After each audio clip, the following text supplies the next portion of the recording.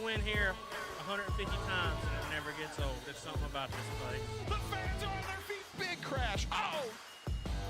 Your champion, Brandon Ward. Let's go racing! Brotherly love, brotherly photo finish. Chase Robertson, title number 2. Still the most exciting of them all.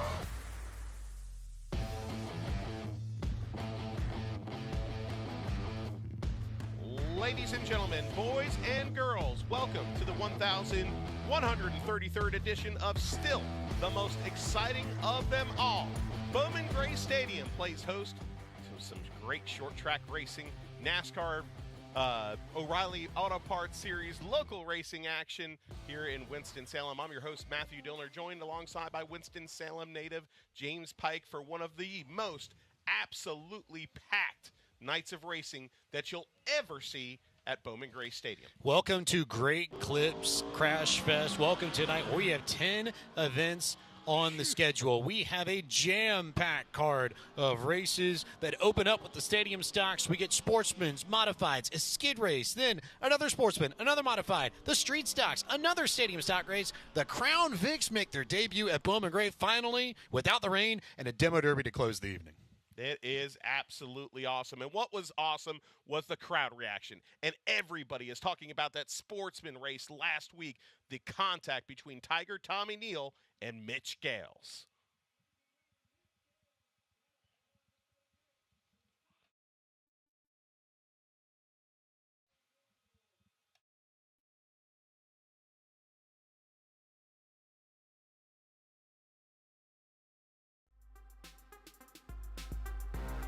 Will he throw the haymaker into the north turn? He does. The north turn nudge. Around goes the 38, and Tommy Neal wins it. Been running the back, got hit, got knocked into, run up off the corner, but this 21 car has been the fastest car here every week.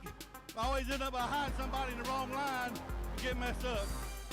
Richard Petty told me a long time down at the Victory Junction, as long as they yelling and screaming and booing and zaying, you're doing something. Oh, man, Tommy Neal, he sure had his Coca-Cola and smiled after that victory lane, but it was a little pretentious moment between those two drivers. I spoke to Mitch Gale. He said that, he and Tommy did speak last night and that things are okay between them, but he's not going to forget. What's your take on that? Was it fair or foul? Well, we heard what Tommy Neal's side of it was, but the real question, it's not necessarily what Mitch Gales says. It's about what Mitch Gales does and how he races this evening and how he'll race effectively the rest of the season around Tommy Neal. Yeah, I'll tell you what, it was definitely one of those moments that everybody is still talking about, not just the race fans, but the people in the pit area as well. And, that sort of drama happens a lot and also happens in our modified divisions, the NASCAR Brad's Golf Cars modified division. And last week, your points leader, Mike Speeney, took the win, but right behind him was his nemesis, his rival, the number 1, Burt Myers. They are 1-2 in points, and last year well noted the explosive rivalry between them. But last week, it was calm, wasn't it, Mike? It was calmer than I think we would have expected given their history. Burt Myers had more than a few opportunities to use the bumper to move Mike Speeney out of the way and end up in Carolina Woodfloor's victory lane. He chose not to. What message that sends, I don't know if we know it exactly, but that is something to file away in your mental notebooks as we progress through the season. Well, you never know what you're going to see here at Bowman Gray Stadium, whether you're young or old. This is the Madhouse, and folks, this is the night that we call Crash Fest. We're going to have a lot of that tonight. Stay tuned.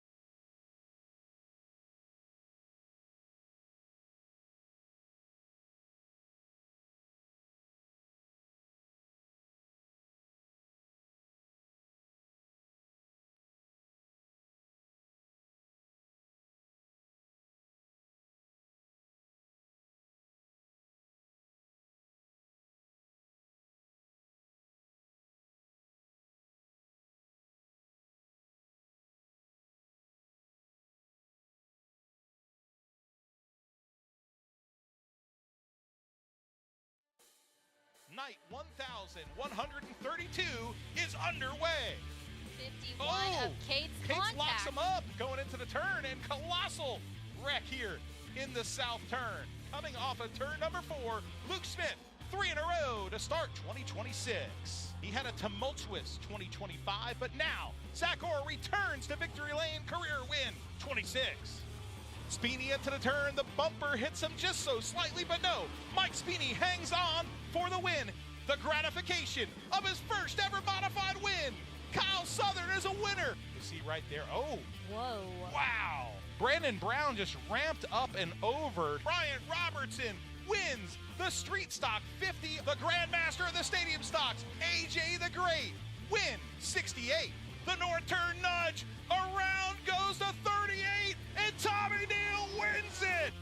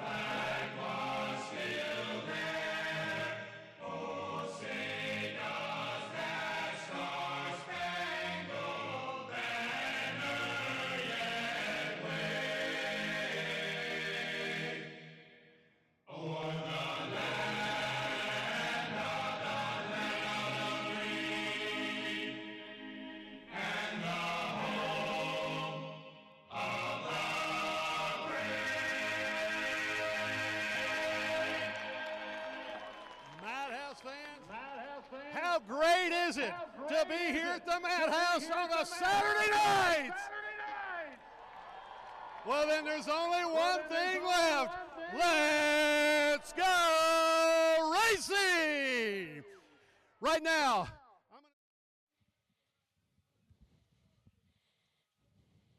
Let's go racing, and that's what we're going to do for 10 races. 10 events on the card here tonight at Bowman Gray Stadium. Last week we saw Speeney and Southern getting his first ever win here. Bryant Robertson, the big man, getting the 50-lapper for the Street Stocks. Luke Smith, AJ Sanders right there, split the features. But guess what? They are going head-to-head tonight in this first race. How much fun. The Grandmaster and the driver looking for 4 in a row. Sign me up for this entertainment and this racing, Matthew Dillner. Well, Luke Smith, I'll tell you what, he is going for something tonight that has not been done very often in the great 77-year history of this stadium here, and that is going for 4 wins in a row to start a season. Not just 4 wins in a row, but to start a season. It's only been done a handful of times, and the most by Tony Hewlin in 1978 in the Street Stocks. But tonight he can make history in his white number 80 by scoring his 4th win to start the season, and he will be doing so from the front row, but with his biggest challenger alongside. Worth noting, I think the biggest piece here, no one has won 4 races in a row in any division at Bowman Gray in 30 years, Matthew Dillner. That is absolutely stunning, and he could make that history tonight. Let's give you that starting lineup. You see it there, right there. The Grandmaster, AJ Sanders, starting from the pole. The 2 winners last week, Luke Smith and the Triad Florentine 80 on the outside. Starting in 3rd out of Winston-Salem, North Carolina, racing for Trash It Dumpsters. It's the 18 of Billy Andrews. Starting on the outside in 4th, in the Shooting Targets USA number 22 out of Curtisville, North Carolina, Peanut Baker. Starting 5th, the most refreshing car in the field, the S&P Lemonade number 95, Ka-chow. It's Levi Holt to the outside, the drive shaft shop. number 29 for Christian Bowen. Starting in 7th, the Ellis Tire and Auto number 60 out of Boonville, North Carolina, Brad Michalowski. And on the outside of row 4, in the Tri-City Plumbing, number 81 out of Lexington, North Carolina, Chuck Wall. Starting 9th tonight in the Highway 55 Burgers, number 46, it's Colton Brown to the outside, the QRC HVAC and Refrigeration. Beautiful number 2 for Carson Reed. Starting in 11th, the number 27, it's Cody Lavengood. On the outside of row 6, in 12th, the number 14 of Brandon Vaughn. Grayson Lee in the Tar Heel Builders car, the 03 Mustang, brings up the rear of the field. Folks, there's a lot of storylines. Last week, we had some storylines that were really cool. They were called family plots. Okay, well, tonight we've got the big storyline with last week's 2 winners starting on the front row. We also have some really cool storylines we're going to be bringing to you later on about graduates. 2 of the drivers that are racing in tonight's field, we'll introduce them to you a little bit later, graduated from high school or college. So it's graduation season, so we'll roll that out for you a little later. And you see some youngins that are going to school, and they're getting set to enjoy their Bowman Gray summers here in Winston-Salem, North Carolina. Mom and dad's bringing the kids. I brought my kid tonight. My brother, who was in the booth a few weeks ago, he's here with his son Levi in the stands. He kidnapped my kid. He's not in the booth anymore. Justin Mincy's my adopted son now up here in the booth. 15 laps, by the way, for the stadium stockers to open the night.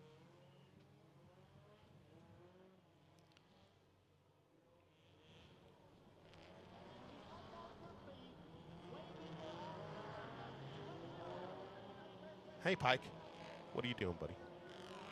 Watching the flag stand, because the lights are off on the pace car, and we have one furled up green flag ready to go. And in a little bit, Jimmy Absher will pull the modern Chevrolet Pace vehicle to its traditional place in the middle of the north turn. And we will begin. Great Clips Crash Fest night here at the stadium. Matthew Dillner. Let's start it off with some action in the Q104.1 Stadium Stocks. Well, a large crowd of about 16,000 people surround a quarter mile that has become so famous in racing. Now the green flag is out for night 1,133. The 2 Goliaths of this division, last week's winners, sheet metal swapping in turn number 2. They're side by side for the lead in the north turn. Luke Smith trying to find some sort of grip out there. We've noticed over the course of the day that the asphalt is changing and the rubber is taking a little bit differently in the south turn than it is in the north turn. So keep an eye on that over the course of the program. But Luke Smith not letting A.J. Sanders go. Both of them driving away from the rest of this field, and they are still wheel to wheel. What drive off the corner on the outside? The student pulling it to the inside and taking the lead. That's Luke Smith, the master now. The teacher in second position. As Justin Mincy said, he says, yeah, it is good. It's kind of like the master, the student, the apprentice. But Luke Smith right now is the hottest driver at Bowman Gray Stadium, and he is showing it. Going for history tonight. Don't look now, but Levi Holt has managed to close the gap to A.J. Sanders. We now have a battle for second on our hands. Holt has been quicker than Sanders the last few laps or so he's going to look for an opportunity to work his way around the grandmaster of the stadium stocks. Runs it high in the corner. He's going to try and get a run somewhere down the back straightaway. Will look to the inside, entering the north turn, and what a chop block there from A.J. Sanders to maintain second. Levi Holt had a tough race 2 races ago, had trouble on that number 95 car, brought it back last week, and he just didn't go anywhere. That car was just not up to his standards. Well, tonight, that has changed, and the orange wheels are giving A.J. Sanders some heck out of his rearview mirror. If you are a believer in the 3-bump rule, Levi Holt just gave A.J. Sanders the first bump. So there's the I'm there bump. The second time would be the warning bump. The third would be the move bump. Meanwhile, Chuck Wall going to the inside to try and get the 4 spot, and Will exiting the north turn. You know who likes this the most?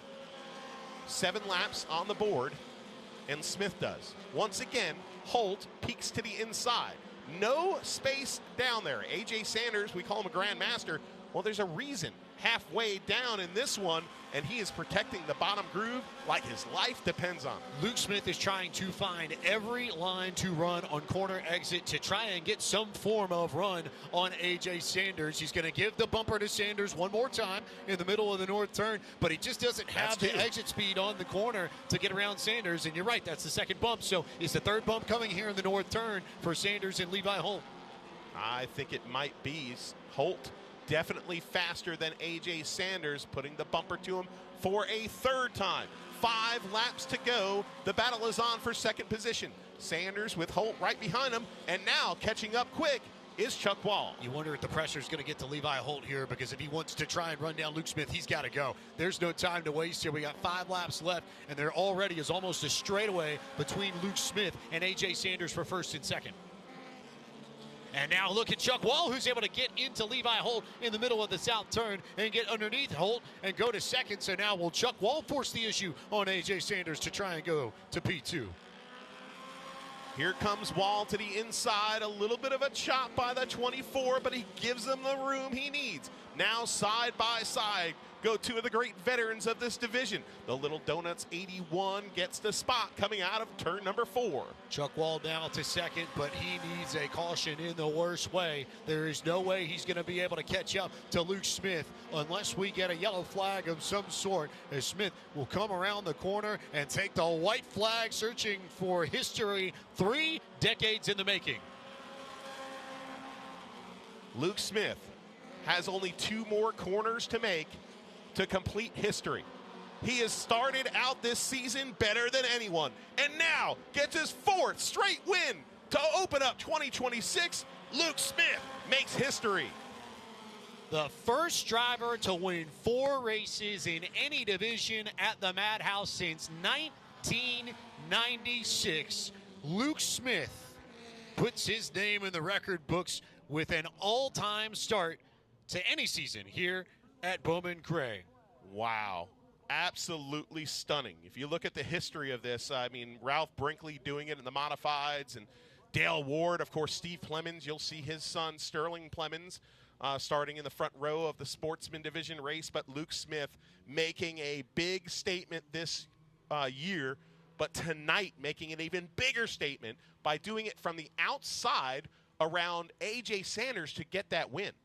He's the first driver to win 4 races in a row to start a season. He's the first ever stadium stock driver to win 4 races in a row to start a season.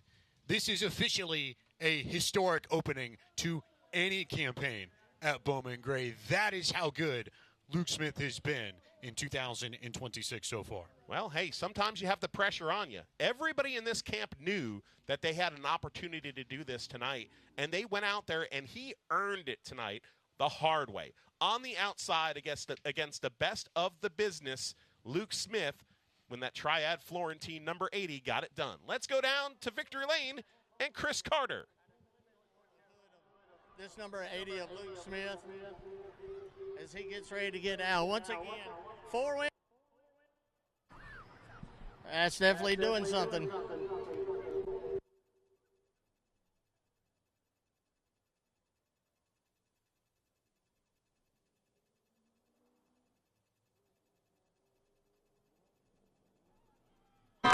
Let him hear ya, Luke Smith.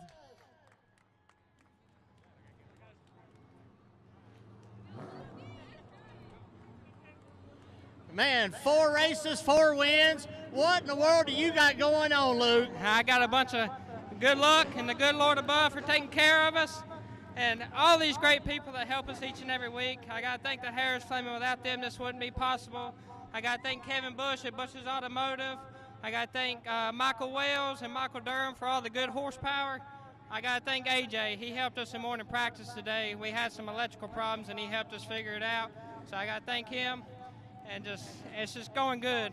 Scooter, I got to thank him and his family, my girlfriend, my dad and my uncle for everything they do for me. Without them, this wouldn't be possible. Y'all let him hear ya. That's it. Luke Smith, your winner. Up next, Crash Fest. It's the Sportsman Division with their first 20-lap twin race.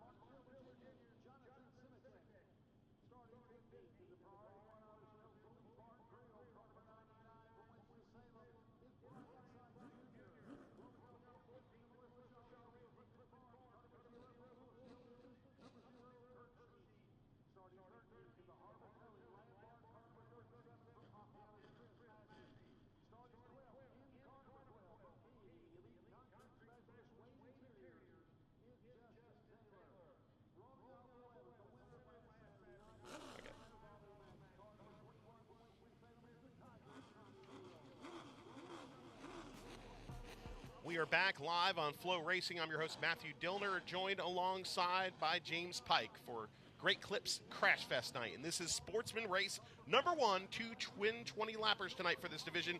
We'll give you the starting lineup. Starting on the pole, in the Pendry Home Improvement, number 03, Sterling Plemons, the Rockstar. To the outside, the Smith Masonry, number 63 for Terry Smith. Starting in third, the number 98 Rocket Donkey Machine out of Lexington, North Carolina, driven by Billy Gregg. Starting in fourth out of King, North Carolina, the TM Lawn Care number 51 of Austin Taylor. Starting fifth tonight, Nate Gregg in the Specialized Graphics 28. And alongside, moving on up into this division, it's the number 97 Sykes Metal Roofing Car for Brian Sykes Sr. On the grid in seventh, it's the 01 of Marty Wilmoth, who will go to the rear.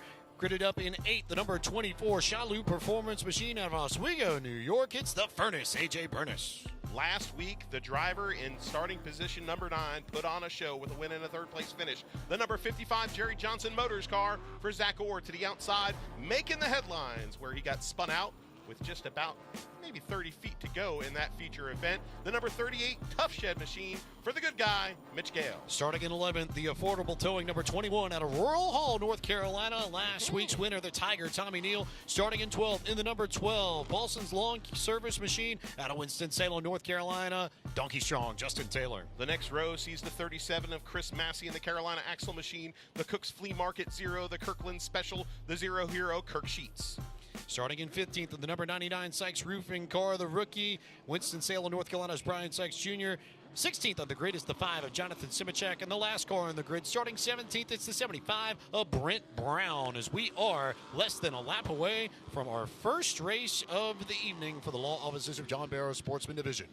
Well, on the inside, you got a guy who has 7 wins in sportsman ranks, and a guy on the outside, a veteran race car driver, returning to racing to have a good time, looking for his first. The Sportsman Division, now out of the north turn, in front of all these great fans, goes green. Terry Smith did not go on the outside, stacked up everybody in that high line, and that allows Billy Gregg to go, that allows Nate Gregg to go. That allows a lot of fun. Oh, big incident there towards the back, and everybody stacks up as Smith gets stacked up. Taylor gets involved. A lot of cars parked over in turn number 3. The beginning of the north turn. It brings out our first NC811.org caution of the evening, and Mitch Gales, the good guy, was caught up in that incident as well. Damage also, I think, on the number 99. There it is on your screen right there. Brian Sykes Jr. is going to have to go behind the field house and get some cosmetic surgery back there after that car got shredded of its sheet metal. But, wow, what an incident. It really caused, there's Marty Wilmoth's machine getting backed away from the wall by the track crew. But, you know, I'd like to see that because what I saw there was Terry Smith trying to get back on the gas. He got out of turn number 2, and I heard it from here. I don't know if you did. He hit the wall pretty darn hard on the outside, and that careened that white number 63 down to the bottom of the track where the contact happened that caused everything. There were about 2 or 3 incidents that you could have pointed out here. We'll take a look at our Hudson Auto Works replay. Smith goes around up front. Chris Massey goes around and behind. Brian Sykes Jr. picks up damage. So, and then Wilmoth ends up in the fence over on the other side of the racetrack. So here's the contact between Massey and Brian Sykes Jr., who just could not get unhooked. And it was almost weird. It's almost like Massey's rear bumper caught Sykes' machine right between the rivets. It wasn't a lot of physical bumper-to-bumper contact. It just sort of caught Sykes' car in the right place to rip away a lot of that sheet metal. Yeah, I mean, that was a tough deal for everybody stacked up behind that outside row on the start. But then when Smith struck the wall, it was hard to see in that replay. But when he struck the wall, he careened down to the inside. And when he got down to the inside groove, there was bumper tag, you know, because they bunched up there. And that's what you get on quarter-mile tight ovals. Look at the hard-working track crew here, the famed orange shirts at Bowman Gray, working through all the mess over in turn 1. Another Hudson Auto Works replay here.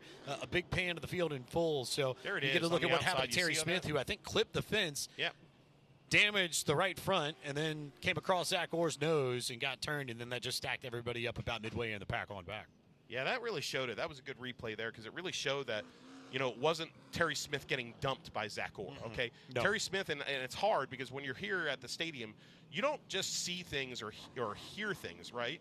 you feel things. And he made such hard contact with that outside wall, Smith did, and his car's no worse for the wear. It's still out there, but you actually heard it and kind of felt it up here. It was really solid contact, and that sent his car to the inside. Now Brian Sykes Jr.'s car is back on the racetrack. Great to see for that young driver, last year's street stock champion. Having him a good year so far in the sportsman ranks is Sykes Jr., who is just, he's finished 4th and 5th last week besides getting turned, despite getting turned.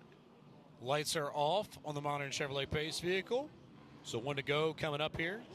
Brian Sykes with the body panels removed on that car. Looks a little bit more like a modified than it does the sportsman, but back on the racetrack. And so now it leaves the rock star Sterling Plemons in control of this field.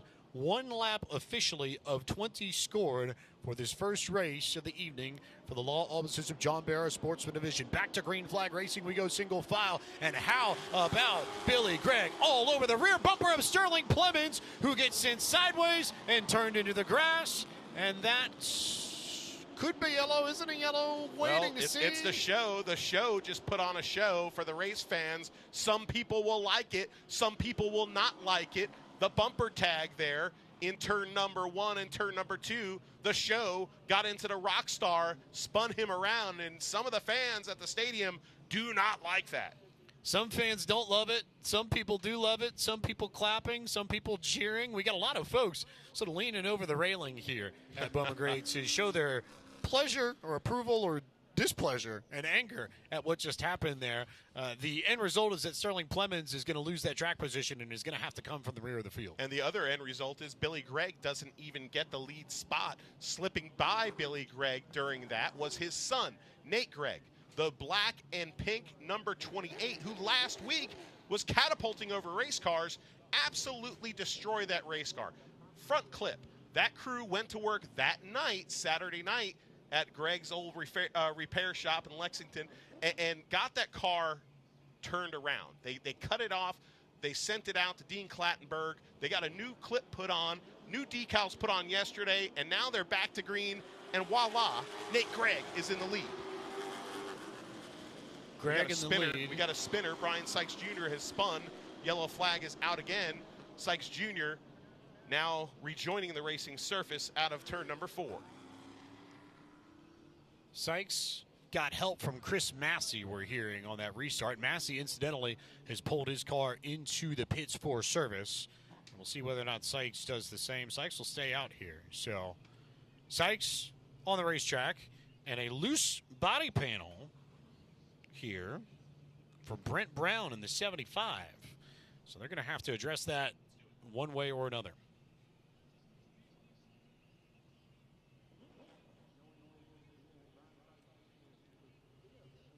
So I think we're going to look at that previous incident that happened here, but to see if we can kind of dissect it. And you see it right there, Billy Gregg into the 03. You know, the 03 left his entry exposed there. Okay, he didn't protect the bottom. He didn't guard the bottom very well, but it's tough to call. That's Bowman Gray right there. I think of Ayrton Senna logic. If you do not go for a gap that exists, then you are no longer a racing driver. That is the mentality, I think, right there. Did we just compare old Billy Gregg to Ayrton Senna? It's the same line of thinking. High five, it is. It's the same exact line of thinking, right? It is. I got to hand it to you, but that's a good one. I like it. I think Billy Gregg's going to have a smile when he watches the replay of this.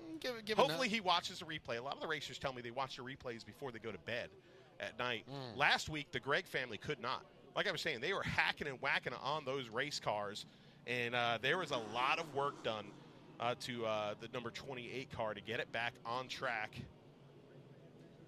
Nate Gregg, the young superstar, his father right behind him. And we saw last week, hey, his father's not afraid to use the bumper, and that includes even on his son. Gregg leading the points, Billy Gregg that is, with Nate Gregg behind him, and now they come to the restart with 3 laps on the board. The family Gregg 1 and 2 in this, and Zach Orr in third as we go back to green flag racing. Everybody a little bit sideways. I think these drivers are still trying to figure out what kind of grip this track does or does not have. As big move really quickly there for Austin Taylor, trying to go to the inside of A.J. Burness just at the edge of the screen. The top 4 all single file for the moment as the Greggs continue to pace this field. And Zach Orr has the opportunity if he wants to charge to force the issue, but he's just sort of riding in third, at least for the time being. Well, Zach Orr right now is in the third place in that black and blue number 55.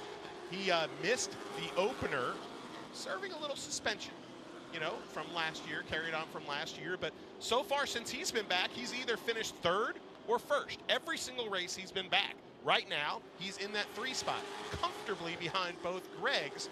Can he get the 1 spot once again? But, look who's right behind him. He might have his Coca-Cola in the car. The number 21, the Tiger, Tommy Neal, enters the fray. Keeping an eye on Marty Wilmoth, who waved his hand out the car and is, in fact, going to bring out the yellow flag. Wilmoth is just going to be able to get this car to pit road, but another NC811.org caution.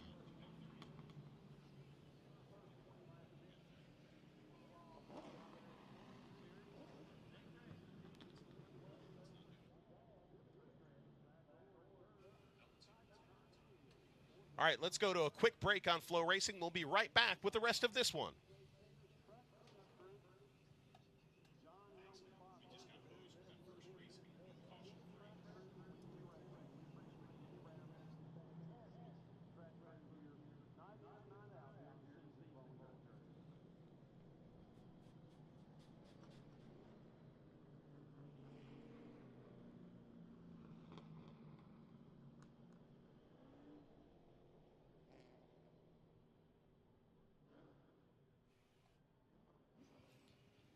Welcome back to coverage of the NASCAR Local Racing Series powered by O'Reilly Auto Parts from Bowman Gray Stadium in downtown Winston-Salem, North Carolina. You see Marty Wilmoth's machine getting pushed back to the pit area, and it looks like Brent Brown is also going to need a pushback to the pit area as well. We saw the door panel on that machine hanging loosely a yellow ago, and now he's going to get a bump to get back going and is going to fall in line. It used to be a 75. Well, I guess when the car comes around here, the fans can see it still is a 75, at least on one side.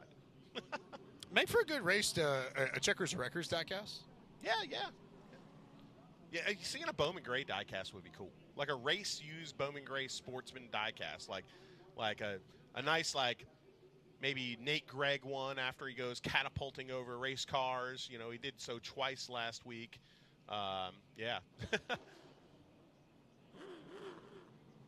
Billy Spotter, apparently, according to the Racing Electronics radios up here, Justin Mincy, saying you need to hurry up and make quick work of that number 28 because the 55 is a little faster.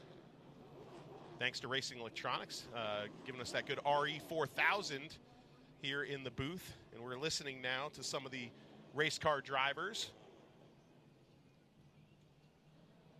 Now, coming back to green, 7 laps into this. The Gregs lead them back to green.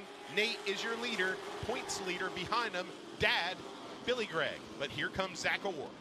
And oh, by the way, for those counting, Tiger Tommy Neal's made his way up to the 4th position in this race after starting in the 11th spot. So a nice charge for the Tiger.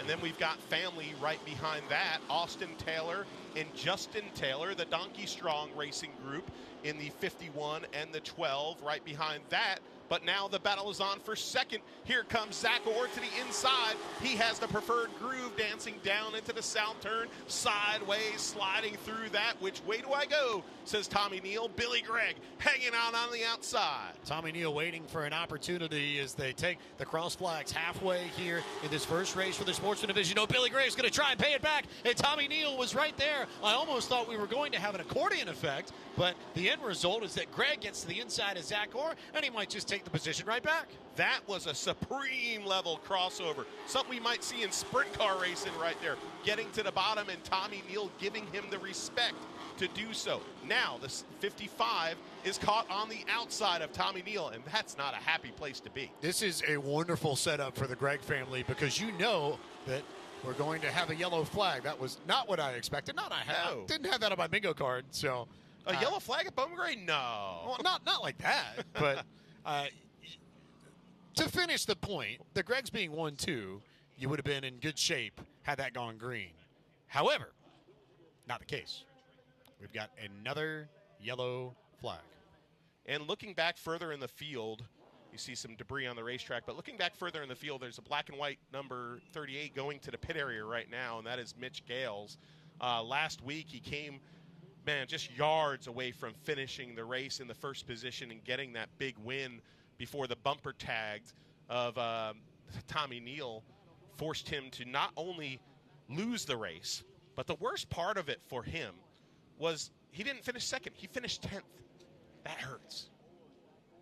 Well, the Tough Shed car is now behind the field house, getting some tough love on its body panels. 1 to go from the flag stand. Lights will go off the modern Chevrolet Pace vehicle. So we'll go back to racing with 8 laps to go. 12 of 20 currently scored on the board. The family Greg in first and second. Nate leading Billy, then Zach Orr, then Tommy Neal, then Austin Taylor and Justin Taylor, 5th and 6th. How about the Zero Hero with a run in the top 10? Kurt Sheets currently in 7th. Brian Sykes Jr. recovered nicely into 8th. Mitch Plemons 9th. A.J. Burness in 10th. As we get back to green flag racing. Good jump from both the Greg. Zach Orr, though, tracked it nicely. It's not going to let either of them get away particularly for too long as they continue to try and run down the Gregg family. Does the rest of this Sportsman Division field at Bowman Gray. Little bit of bumper tag as the cars bounce their way through the north turn that time by Nate Gregg, loving the view out of the front windshield of that number 28.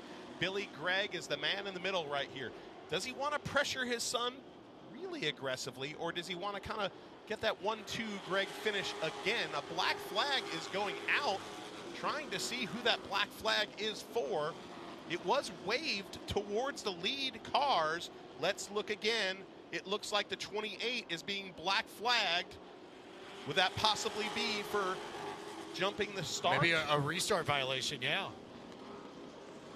Wow, big shake up here. Now the 28, he's not coming in right now, so eventually he will not be scored.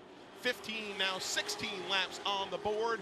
Billy Gregg will be scored. Now he does. Billy Gregg, the 98, has scored the leader. They are no longer scoring the car you see in front of him, his son, Nate Gregg. And immediately, and there is the white cross on the black flag. So now Nate Gregg is no longer being scored. Zach Orr has the opportunity to try and chase after Billy Gregg for the race lead. And Tommy Neal has the opportunity to get a podium, but you know he wants more. It has been a very tough week or two for the Greggs. Nate Gregg crashing out as your points leader last week, and now this. A spin for Justin Taylor, who ends his tough run, a little backwards there, in turn 4. Hey, you know what this gives us the opportunity to do? Let's take a quick break on Flow Racing, and we'll come back because this thing is about to get spicy.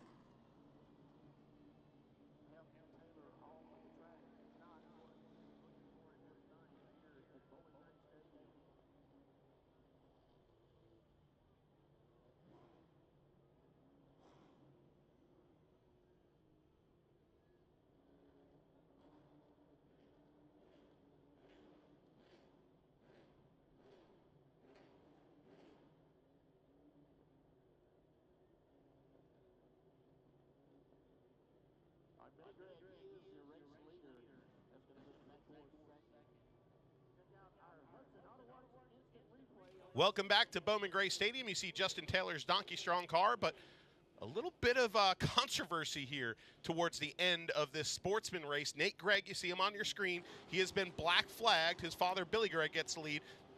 And right now we're seeing what happened to cause this yellow. Brian Sykes Jr. gets into the rear of Taylor and then almost monster trucks. We saw a little bit of that last week in a few occasions, but just another piece of something that came off of Sykes' machine, and now we've got a whole bunch of people rolling around the racetrack and one car stopped.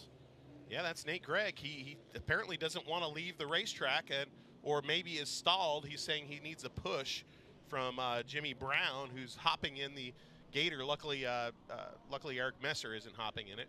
But Jimmy is going to give him a push to get him going. But we're going to have a green-white checker. But, the big controversy right now is what happened on that restart with Nate Gregg jumping the restart. Oh, and Nate Gregg does get going. Yeah.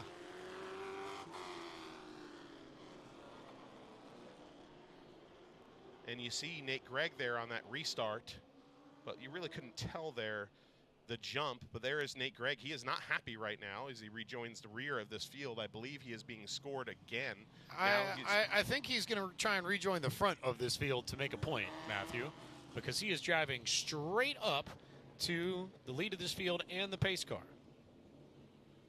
Well, this is an interesting one because Nate Gregg is not happy, and he's making his unhappiness known. He is on the back straightaway right now on the outside. Not that car, that's Brown. Brenton Brown, 75, but the number 28 is stopped in turn number 2 right now. There he is. Kind of protesting, I believe. I could not tell which car it came from. It was one of the Gregg cars, but there was a puff of smoke that came as it stopped. Let's look at the Hudson Auto Works replay, Pike. Check this out. So this is the restart in question, okay? There's a restart zone coming up. Does he fire before the restart zone?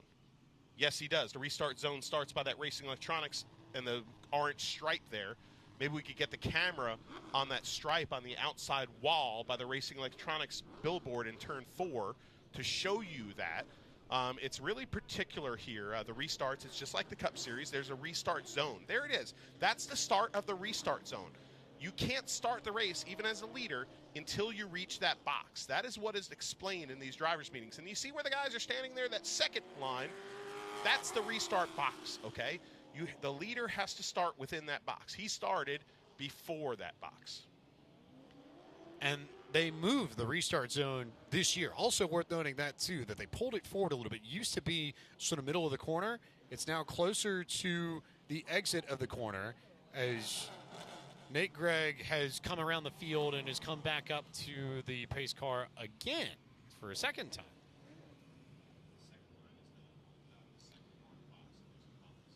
So the box, just to explain that real quick, the first line and the second line, you have to fire between that little space there. And Nate Gregg, I mean, he fired quite a bit before it. He doesn't think so. But hey, that's not up for us to decide, or Nate Gregg. He is protesting right now on the outside. He is not giving up his spot. And the officials are going to pretty much put an end to this at some point. They're telling him to go to the pits. I think this feels like the kind of situation where they may have to get somebody out on the racetrack to stop the field and do the whole point, and then you go, and then you go, and then you go sort of thing. Well, this is not what they need on a night with 10 races. No. I know race control would love to get this green-white checker in and done and dusted, but Nate Gregg does not agree with the call made by the officials. They're pointing him right now to go to the pit area, and he is not. He is once again protesting the officials here at Bowman Gray Stadium by staying on the outside of the front row. The officials are on the track, wildly pointing him behind the north turn. He will not. Now he revs the engine. The crowd going nuts here at the Madhouse as Nate Gregg protests his black flag that he received as the leader on that last restart. He is now pulling the car back behind the field house and will once again hopefully go green soon. His father is the leader. So point made there by Nate Gregg. And now we have 2 laps of racing and 1 Gregg in the front of the field instead of 2. And an opportunity for Zach Orr, an opportunity for Tommy Neal. Lights are going off the pace car this time. 1 to go at long last so that we can get this finish. I don't think they're going to let him back out. Unless they're telling him to go back. He still wants to rejoin the field. He's got to be careful here because we have twin features. If he goes too much here, if he goes too crazy right here, we'll keep our camera on this. You know what happened? They got another feature. Maybe he won't be able to run the next feature. Maybe they'll say you have to sit this one out too. He's getting in the face of the official right now, Nate Gregg, and now we go back to green. So now Zach Orr's going to have the opportunity to try and get underneath Billy Gregg, who did not get through the corner well. That leaves the door open for Zach Orr, who's got a great run on the inside going into the north turn, coming to the white flag. Here we go. Orr to the bottom. Gregg to the outside. The white flag has flown. The fans are on their feet, cheering around the famed quarter mile. Zach Orr on the bottom, but the motor on the outside by Billy Gregg, making contact in the north turn. Fans to their feet, and the winner is Zach Orr. A photo finish and a wild one here for the Sportsman cars to end the first Twin 20. Billy Gregg overdrove it on entry and won as they took the white flag just a bit. He got a little bit high in the corner, and that opened the door just enough for Zach Orr, as you see more afters of the incident with Nate Gregg. Victory Lane can't even make it out. Yeah, here. Victory Lane he stuck. left the car there. Because there is so much in the way as Zach Orr, with one of the best finishes you're going to see all season at Bowman Gray Stadium, takes the checkered flag. A pretentious moment, a crazy moment of antics, ends in a photo finish and career win 27 for Zach Orr. We said this year, since he's come back after missing the opener, he's finished only third 3 times and finished in first place. Well, now he did it once again. First and thirds. That's Zach Orr in 2026. Look at the Hudson Auto Works replay of it, just how close it was. He's also now 9th on the all-time sportsman was winless, too. A little bit of contact after between those two. I think that was just them trying to gather their cars up. Look at that. They're pushing, the track officials are pushing Nate Gregg's car out of the way so they could get the Carolina Wood Floors Victory Lane mobile out here. The crowd is electric here at the Madhouse. I wonder if they're going to bring that car. This would be old school if they brought it to the infield and they left it in the infield. I've seen that done before, and I could see that car being brought into the infield. I don't know, the tow truck's coming out, but hey, let's go downstairs with all the craziness that's going on. Folks, there's a winner. Let's go down to Randy Pulliam, who's going to have him. For the losses of John Barrow Sportsman Series. Let's go! Zach Orr, ladies and gentlemen. Zach, we're going to head over here, and we're going to turn around. Zach, what a race. Win number 2 on the season. I think that's 27 for you. Yeah, I know we had the car. I didn't want to dump Billy. I tried to run him as clean as I could. We had the fastest car, and I think the fastest car won. I got to thank all my team, all guys that helps, Tar Heel, Septic Solutions, Jerry Johnson Motors, CTC Realty, Cardinal Plumbing, also known as Chicken Plumbing, all my sponsors. I can't thank them enough for what they've done. But hopefully we can go do it in the second race. Congratulations, Zach Orr. Go up there and pick up your winner's trophy. Also,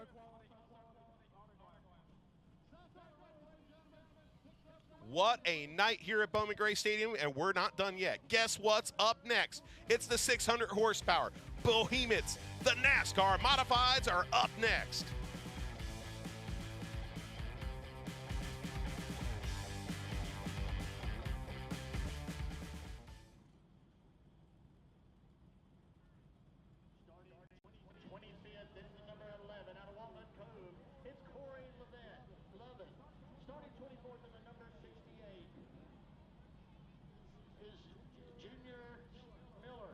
Starting 23rd in the number 77 is Susan Hartwell. Starting 22nd in the number 13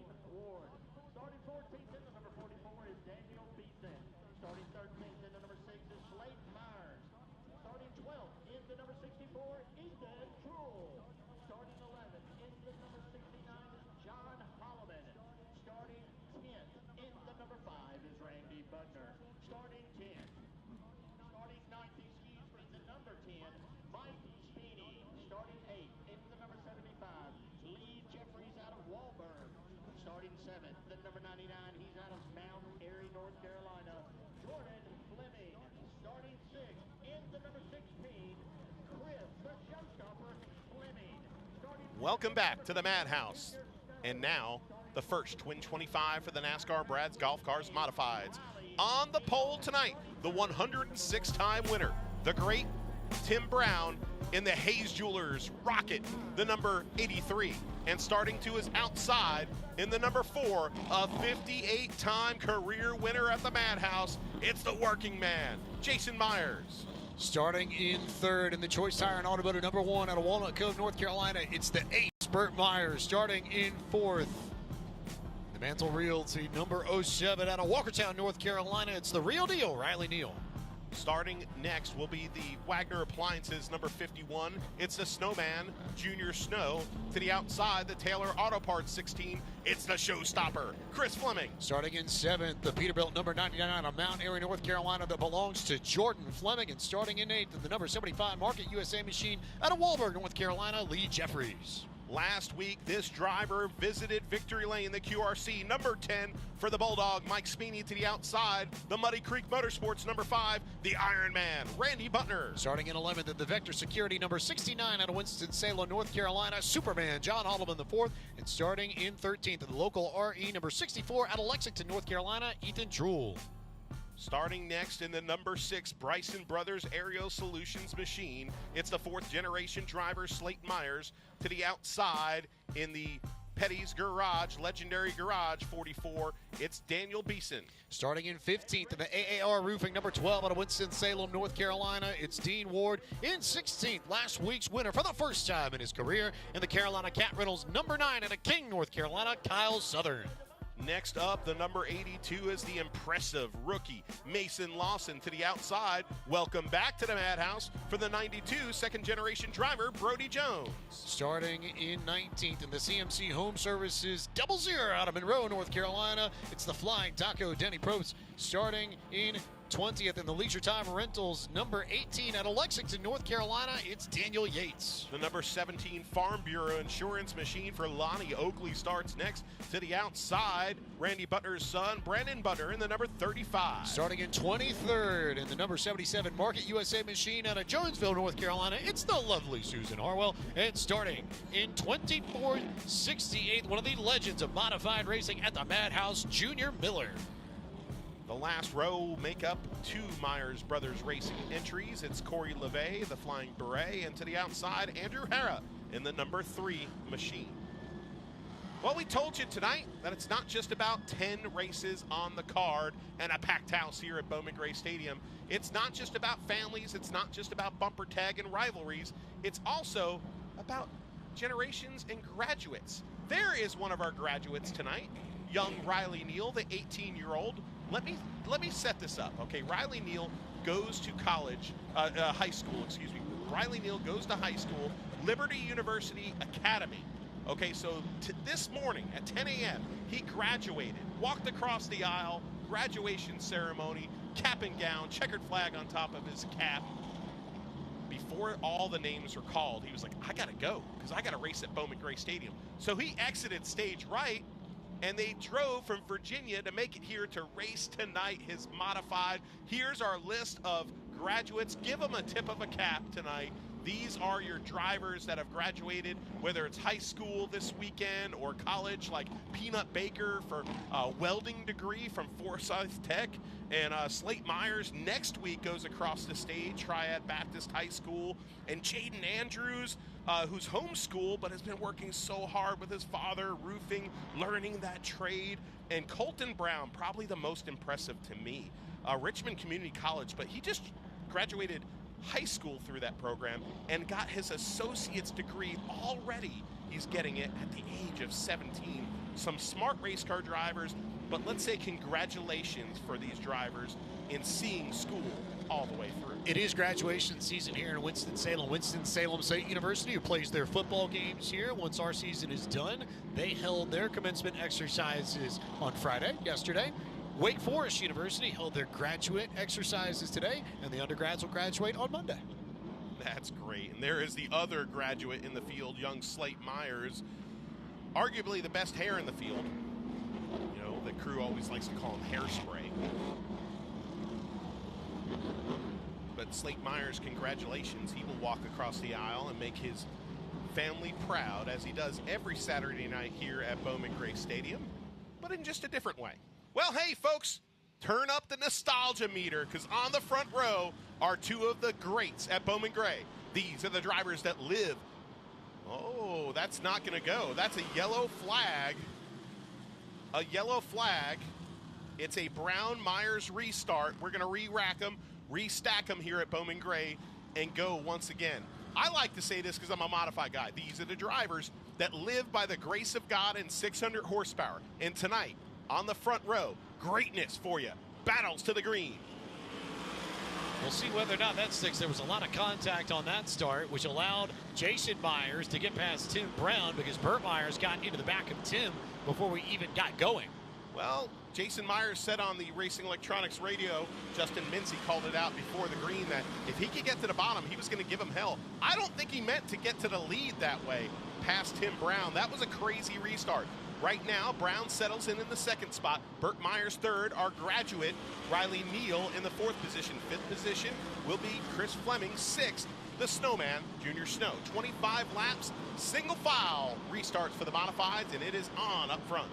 Not a lot of separation between the top three. Chris Fleming's falling off of these four, and Junior Snow is pushing the issue pretty hard. I think the wig's only going to get turned up a little bit. Here's a look at Mike Speedy working to the inside of Ethan Truel. This is a little bit further back in the top 10. John Holloman looking for an opportunity somewhere in there too, but single file as they come through the north turn. Well, the Bulldog sure knows how to put on a charge, and right now, Jason Myers, who got his first pole last week of the season here at Bowman Gray Stadium, is your leader, taking it from the start on the outside by the Hayes Jewelers Special. So Tim Brown back in the blue number 83 this week. They're trying some different things with Justin Link setup-wise on that orange car. They didn't feel like it was perfectly figured out yet. So they rolled out the blue car tonight. Why? A very proven race car. It won the opener, the Hayes Jewelers 200. It's also one of the most iconic schemes in all of Bowman Gray Stadium history. And look at the way that Tim Brown checked up about a full car length to not get run over by Burt Myers. Absolutely just dropped the anvil in the center of the corner. He didn't like that contact from the orange bumper, and he slowed down to show it. We've got a spinner in turn 4. Mason Lawson's around. Also in turn number 2, Jordan Fleming's 99 has spun around. So multiple cars are around to cause this caution 8 laps into the first Twin 25. If you love the modifieds, remember we got another one coming. There'll be a draw in Victory Lane to see what the invert will be. Mason Lawson tucked up by the wall over at the exit of the north turn, turn 4.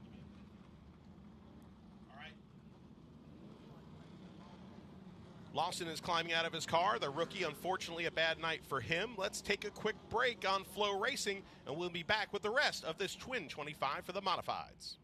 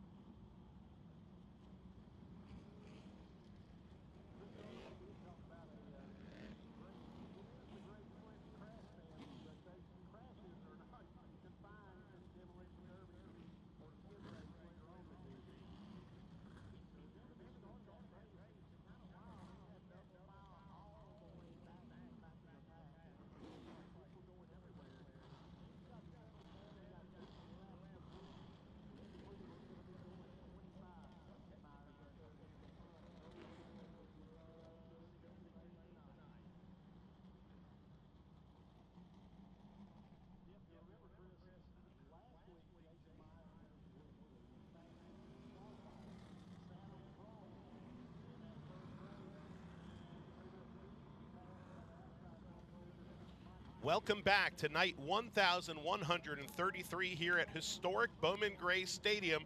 We're under caution. Mason Lawson in that beautiful number 82 car is going to get towed back to the pit area. And this is a 25-lapper right now being led by Jason Myers. And Myers took the lead on a very interesting start to this one. The first restart, well, it was called off, okay? The second one, however, didn't get called off. Some fans thought that maybe the 4 went first. Watch for bumper tag on the back of the 83 here. Let's see what happens as they enter the restart box. Flagman takes the initial start. That was a tough one to call. It looked like maybe the 4 went a little bit early, but the flagman starts that one, not the leader in the box like the restarts. The flagman in the driver's meeting starts the initial start of a modified race. So there is the difference. If anything, I don't even think it was the front row that really shook that up. Burt Myers got a great jump on that and got into Tim Brown, and Tim could not get going the way he wanted to, and that's what allowed Jason to take the lead. Mason Alston's car getting put on the tow trucks. Gonna need 2 of them to get that car pulled away from the racing surface, and a lot of cleanup early on a night that is packed full of racing. We are on, I believe, race 3 of 10. If my math serves me correctly, yes. 3 races, so 7 more races to go this evening.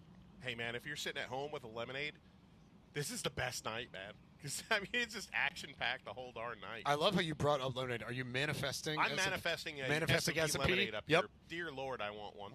It's I warm like in Blood here. Flow Orange. Like, that's one of my favorite flavors. I like the cheer wine flavor because I'm a Carolina lover. We're in hurry-up mode for this race. We are. The lights are out on the pace vehicle. Single-file restarts for these 25 lappers.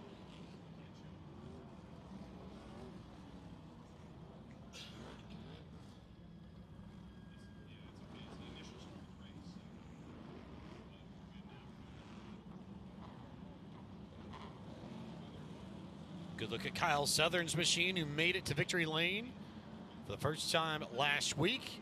The lights are off in the pace car. We are rolling. We are off. We are back to green flag racing. Jason Myers will lead this field, and Tim Brown wastes no time getting into him, and it stacks up everybody in the middle of the corner. Wow, a little bit of bumper tag. We saw the 83 give it. Then you saw the 4 give it when he got a shot in turn number 1 and turn number 2. Now single file all the way around the famed quarter mile. The 4 of Jason Myers is in a Myers sandwich. You can tell that Burt Myers has gotten into Tim Brown a little bit because that famed orange bumper is pointed up towards the night sky, not parallel to the ground like it normally would be. Is Tim Brown waiting for his opportunity to potentially pass? We'll see what he tries to do with Jason Myers.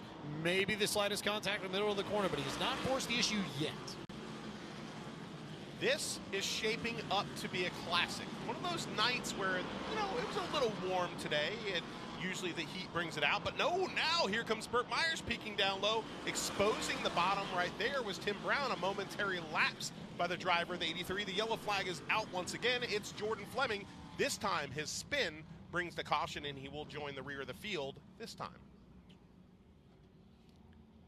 Fleming around for the second time, this time over in just after the middle of the north turn, what would be turn 4. That gives us an opportunity to explain the north and the south turns here at Bowman Gray. That's how we call them. If you are used to the stadium, they roughly equate to turns 1, 2, 3, and 4 if you're used to standard oval jargon. But here it's just the north turn and the south turn, so named because of the geographic orientation. The south turn 1 and 2 down at the south end of the racetrack. This track runs, generally speaking, north to south. So 3 and 4, north end, north turn.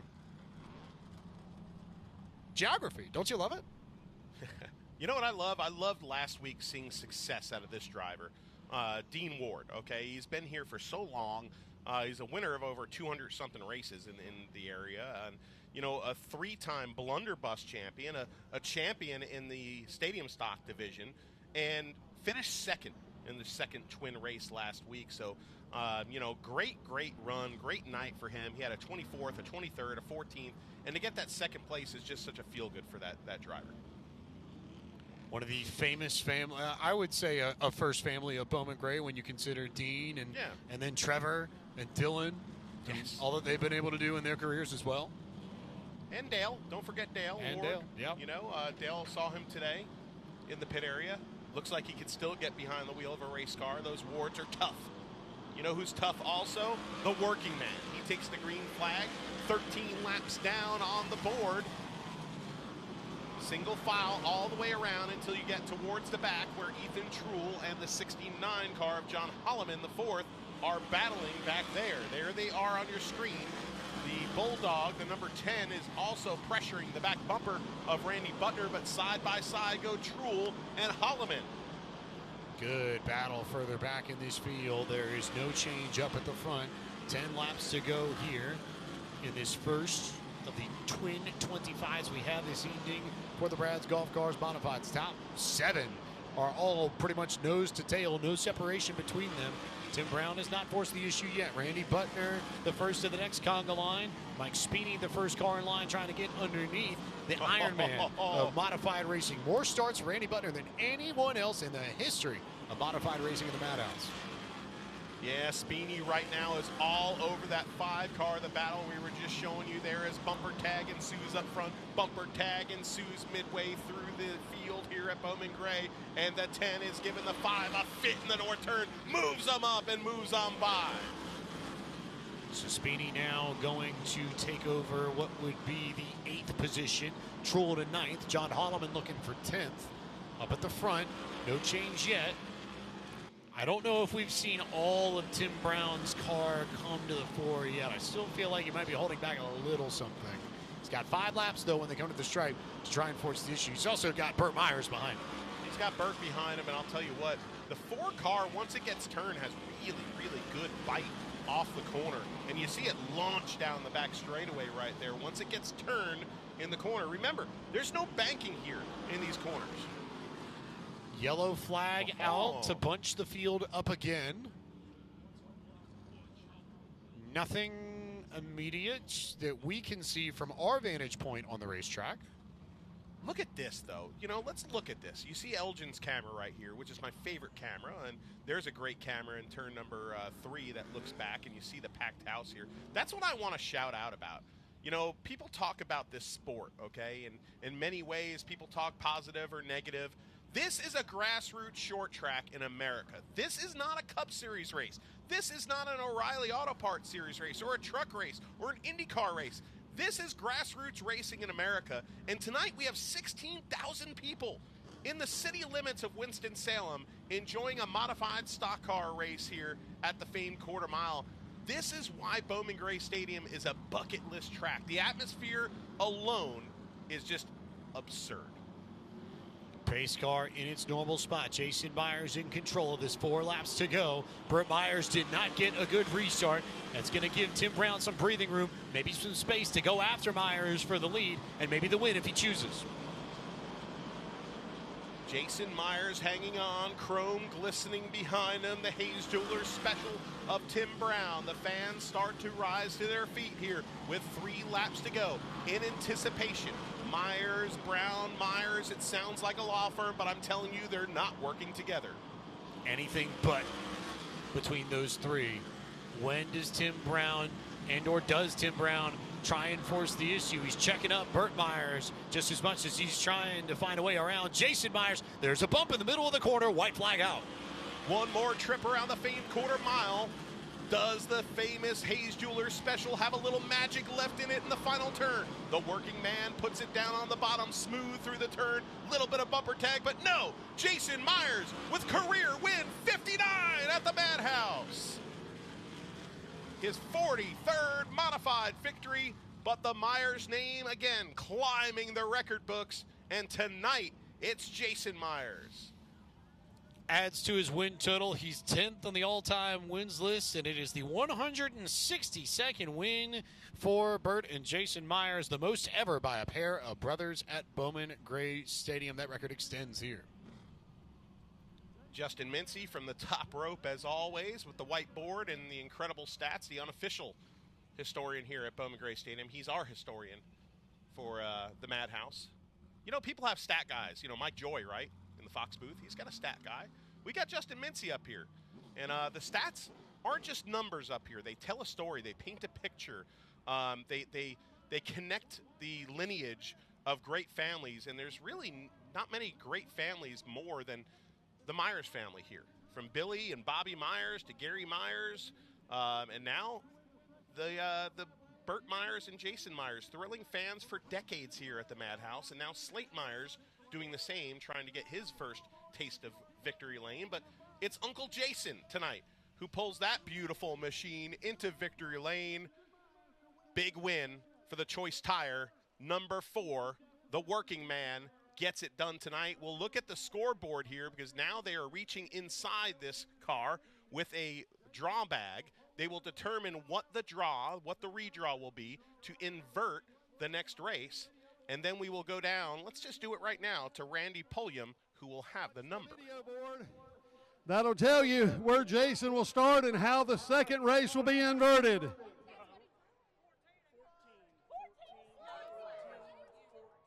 Number 14 for Jason Myers.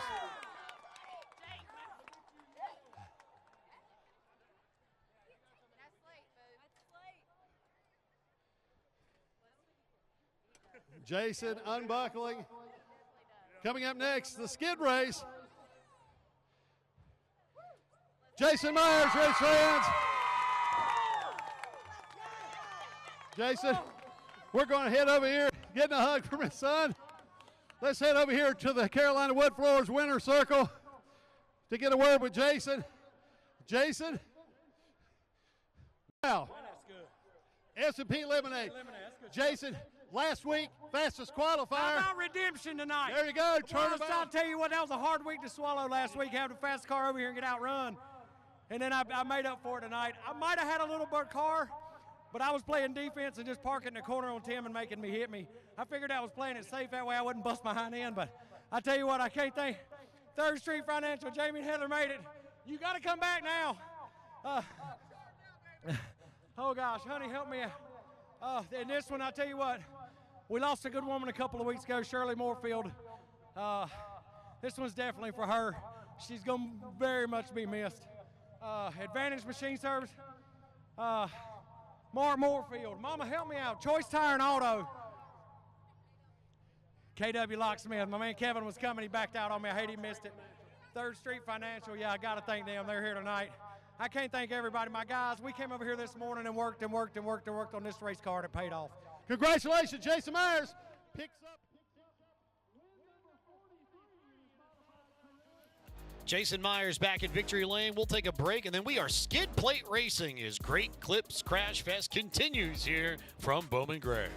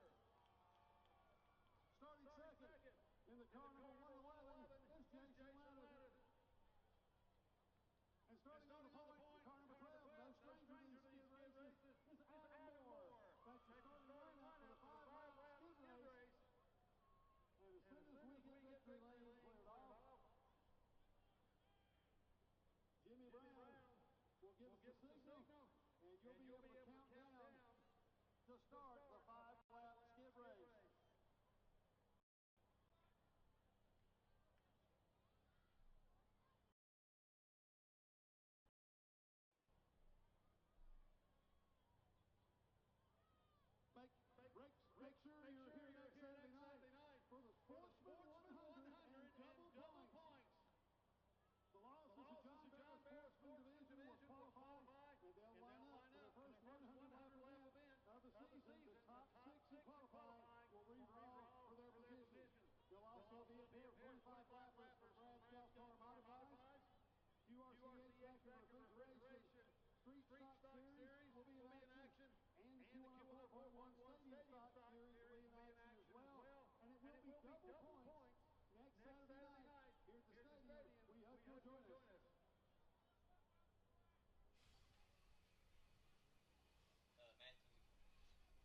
We are back here at Bowman Gray Stadium for night 1133, and this one is far from over, folks. The modified race, the first one you saw right there, and, well, right there you don't see modifieds. There's a modifieds in front of them. But this is the skid plate race, and Adam Moore in that gold and black number 12. I think we should vote for Jason Myers to start the field, be the pace car for the skid cars. Come on, Myers, do it. Adam Moore, the black and gold number 12, is on the pole, and Jason Lassiter in the 111 starts second. Second row, second set of cars in the 2. The black car with white doors, red numbers, that's Ronald Moser. And the final car in this field in the 007, it is silver. It's a matte black. It's not James Bond behind the wheel. I believe that's Michael Biersdorf. I think it says Giersdow. Handwriting is particularly interesting there, but I think it's Giersdow. Giersdow? Giersdow? Giersdoor? Like a door? Yeah, it's definitely Giersdoor. I'd say Giersdoor. More of a G than a B. Regardless, we might call that car just James Bond, but not James Bond, as the countdown is on, and we are starting this skid plate race right about now. They are off and underway. You know, these for kids laps right competition. here, these kids right there that you just showed, they don't understand your joke if they're watching on Flow. And we've already spun people over in the first race. How about that? 007 is the joke. That's James Bond's number, not Right. Giersdoor's. Ronald Moser has figured out very quickly that if you take the Eldora line, Kyle Larson style, and you just run it up top, you're in good shape. Well, you know, these skid plates are interesting, folks. The drive wheels are on the front. These are front-wheel drive vehicles. And on the back, it's not just rims sparking it off. There is a plate fastened to those rims, welded, tacked to those wheels. And that's why they're sliding around. And the winner is doing Victory Donuts a little early here on the front stretch, but he's having a good time. The leader. The leader, not the winner. The guy that wins here almost every darn one, he's got 10 skid plate races, is in second place. And it looked like his night was done in the first lap, but he's only about a quarter track behind your leader right now, and that is Adam Moore in the black and gold car. These two other cars on the right side of the screen, you see them right now, are just having them a good time. 007's got a mirror full of the 111. I like the dirt track numbers here. Oh, look at that. Look at Adam Moore going for a little spin cycle. Look at that counter steer there on Ronald Moser. He's figured out if you put it up against the fence and just sort of let the car kiss there, you don't necessarily have to worry about looping it around on corner entry, which is the big problem that you see in these skid plate races. So now Moser's got about a half a track lead on Adam Moore. There's Adam Moore's car, the black and gold 12. A perennial winner in these specialty class races here. A guy that just gets it done, and you could put him in a wheelbarrow race here at Bowman Gray Stadium, and he'll do it. You know, back in the day, they actually had specialty events here. Mincy and I, we were looking at something in the 90s where Gary Myers won, and the specialty race was a 4x4, four-wheeler, is it called? Yeah, four-wheeler, jumping, a long-distance jump. So you just never know what you're going to see here at the stadium. A little circus-like atmosphere here on Great Clips Crash Fest. Keep an eye there. Shout out to Jeff Hammernick from WXI 12, the local NBC affiliate, getting that camera work right by the start-finish line of the bright red as you get a good look at Ronald Moser, who's about to take the white flag, clear of the rest of this field by about maybe 2/3 of a lap over Adam Moore. And all he has to do is bring it around one more time, and he'll claim the skid plate race, our first one of 2026. Moser from King, North Carolina, the driver of that number 2, now sparks it into turn number 3. North turn lighting up in ways that we only see on Great Clips Crash Fest night. Adam Moore, I think he's done. And Les Moser, you never know. We've seen wilder things. Could he lose the race off this final corner? He gets to the throttle now. Shower of sparks. And it's Moser, his 4th ever skid plate win. And he just showers it into the grass. Back to the cross the line there. Sort of, I think of Jeff Gordon in that old commercial back in the late 90s where he's chasing the soda can and ends up crossing the line backwards to win the race. It's about what Ronald Moser just did there. And officially there is Adam Moore to come across the line in 2nd. Keeping an eye on Giersdor and Jason Lassiter. Giersdor coming across the line to get 3rd as you look at Lassiter's machine. He's just going to pull it into the pits. 007 wants to finish. Yeah. Giersdor's going to come across the line and get the checkered flag, and there's your 3rd finisher. Look at this. I love the backwards victory lap. A la Alan Kwiecki. Moser's first skid plate win since 2017 and his 4th career skid plate win. So great to see him back in victory lane here, a longtime competitor in ranks like this and some of the great novelty or specialty vehicle races throughout the Carolinas, whether you're at the Winston-Salem Fairgrounds or places like the Destruction Nights at Hickory Motor Speedway. Some of these guys participate in a lot of those. Jimmy Brown putting up a lot of money tonight for these drivers, too, to be here. So I'll tell you what, he's going to take home a pretty penny. I love that. Great style points, Moser. About to say, yeah, counter steer, full drift, flag out, waving to the fans. This is somebody you can cheer for if you're a fan. Getting somebody who's trying to hype the crowd up as he goes, as he takes off. Here's a look at some of the highlights from earlier this evening. Well, coming up is the Sportsman race. We'll be back with the Sportsman number 2. It is planning to be a wild one, as always.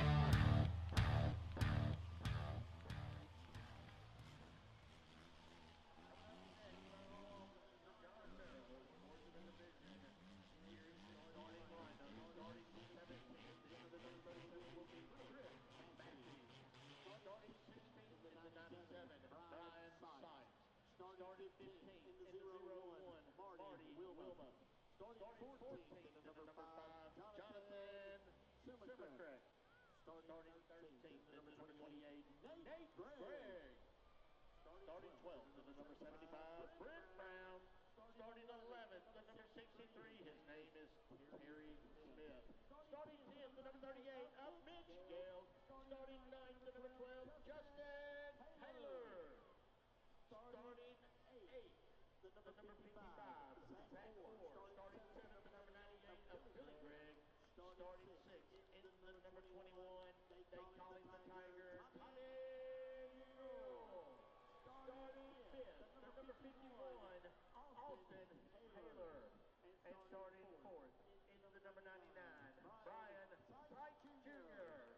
Starting 3rd, the 03, his name is Sterling Clemens. And starting outside of row number 1 is the 0, Kurt Sheets.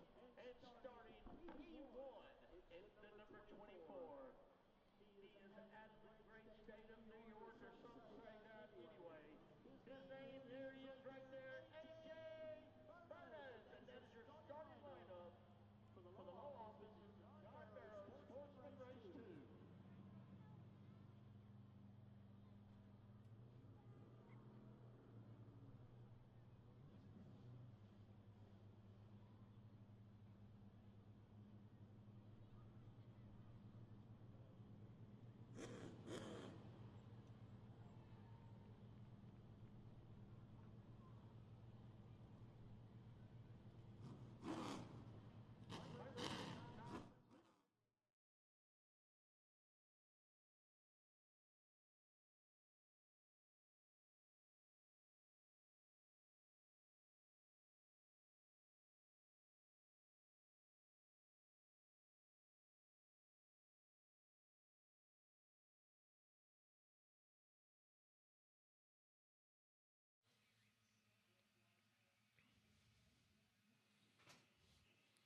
We are back at Bowman Gray Stadium. 10 events planned for you tonight at the Madhouse. Packed grandstands here on a beautiful Saturday night in Winston-Salem. Let's give you the starting lineup for the second 20-lapper for the Sportsman Division.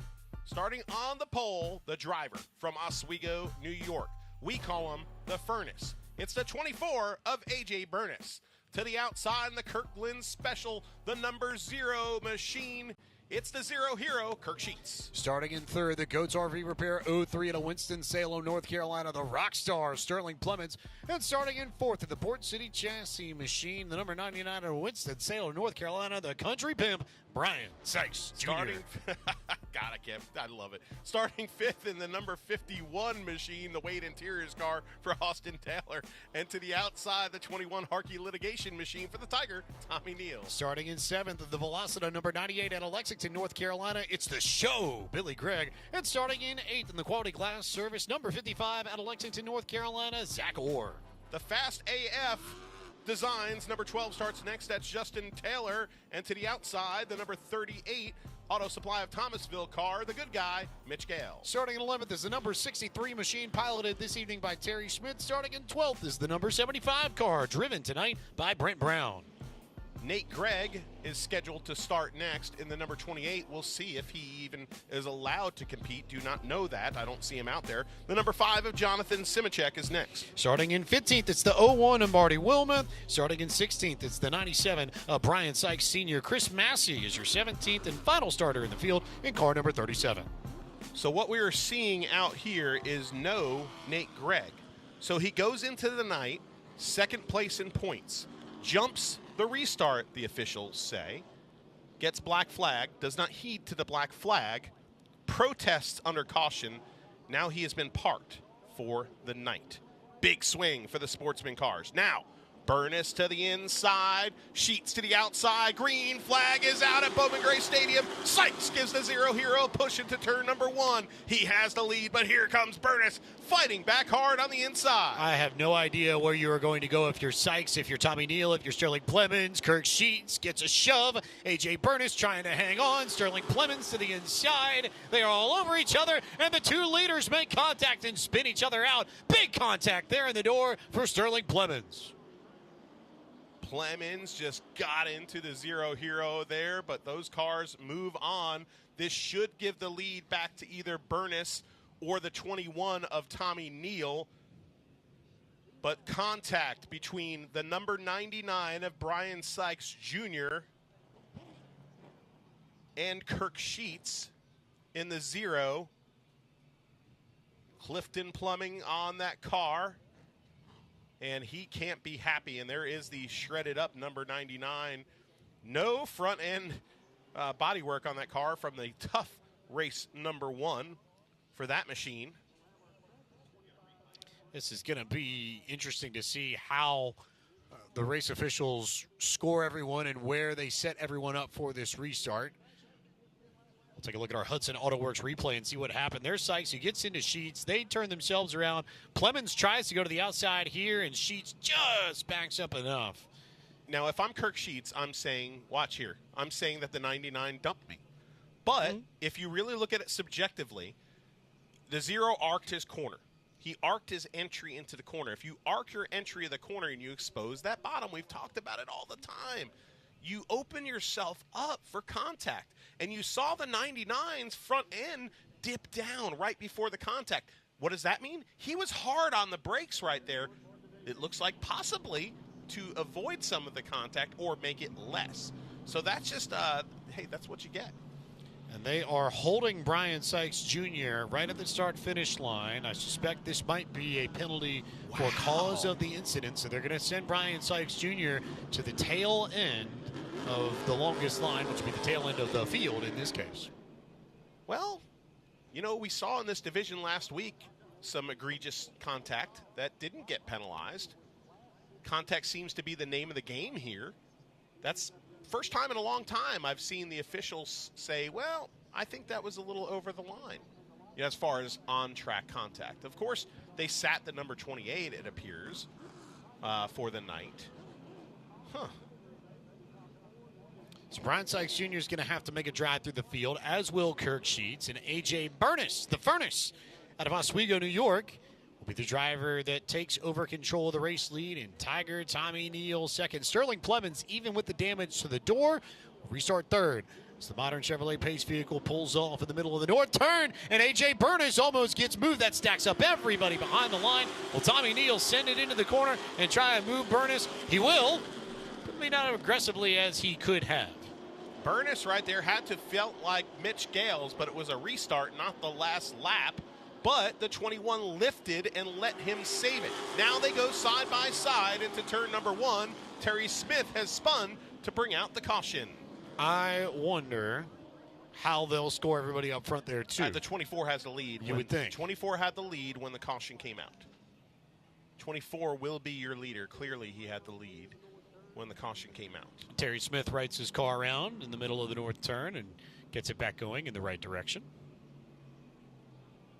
In 2012, A.J. Burness won the Mr. Super Modified, small block Mr. Super Modified out of Oswego Speedway, and tonight he's trying to win his first ever race. They actually gave the lead to the 21.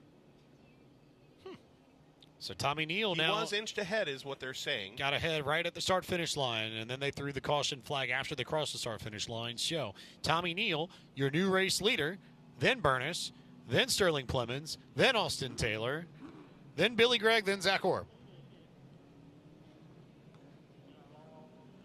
Neal, the leader, can he get 2 in a row? And now they're reversing it, I believe. I don't know. I think maybe the 24 is trying to say that he had the spot. I thought he was clearly ahead. But listen, I'm not a scorer. I'm not an official. I'm just an announcer.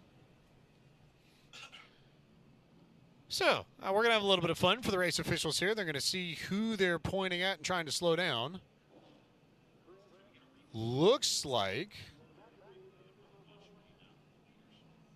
they're pointing at Burness to slow or go forward or inch ahead. They're pointing to Burness. Burness now is given the lead. Okay. Burness has been awarded the lead. The track officials going over it and getting Burness back up front where, I could have sworn when that yellow came out that that's what it was because Neal did get around him, clearly got around him.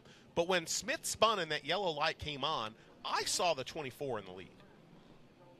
Race officials now back to their normal caution procedures. So it looks like they're happy with that change. And we get the 1-to-go signal from the flag stand. So next time by, we'll be back racing 3 laps complete of 20 in the second race for the law offices of John Barrow Sportsman Division. Well, 3 laps into this race. 17 laps for A.J. Burness to hold off one of the all-time greats at Bowman Gray Stadium. One sometimes is polarizing. Green flag is out. This time, clean to the green is A.J. Burness. The Swamp 24 moves up into the swamp a little bit into turn number 1 and 2, giving the bottom to Tommy Neal. Here comes the Tiger to the bottom, growling through the north turn, and coming off of turn number 4, neck and neck with Burness. And then he checks up in the corner. He didn't quite get the run he needed to finish the pass in turn 1. That was interesting. Is there an issue on Tommy Neal's car? There might be. There might be. He's slowing down in the middle of the corner. And will that car get going? No, it won't. Problems for Tommy Neal that will bring out the yellow flag. Tommy Neal's bid for a 2 weekend in a row victory lane has ended. Now the question is, can that car make it back to pit road without any help? The push truck already on its way across the grass here to try and go catch Tommy Neal and help him back into the pit lane if he needs it. Things you just don't like to see. Tommy Neal, whether you love him or hate him, is one of the great racers here at Bowman Gray Stadium, and the kids love them some Tommy Neal. There's a reason he's a favorite. Sometimes some of the adults don't like the way he maybe bullies around some people, argumentatively, people say. Some people just say, hey, that's the aggression we like to see at a quarter-mile oval. So Tommy Neal, window net down. Citrus Safe, buggy. Citrus Safe, what would you call it? Mule? The Citrus Safe mule pushing him to the field house? Gives a little rock salute to the fans as he pulls it into the pit road. That's the showman right there. And we see that out of Billy Gregg at times, too. Billy Gregg, by the way, you Gregg fans, now is up to 4th. 6 laps in, Burness is your leader. The Rockstar Sterling Plemons in 2nd. Austin Taylor in 3rd. Billy Gregg in 4th. Zach Orr 5th, Brian Sykes Sr. 6th, 7th place for Justin Taylor, 8th Mitch Gales, 9th Brian Sykes Jr., and 10th the Zero Hero coming back to green. A.J. Burness says his car is turning well on the outside. That might explain why he drifted up the racetrack at the beginning of that last restart. Contact there with Sterling Clemens as we come back to green flag racing. They lay off the rear bumper of the furnace for the time being, but can Sterling Clemens with the damage get a good run on the back straightaway to maybe make a charge for the race lead?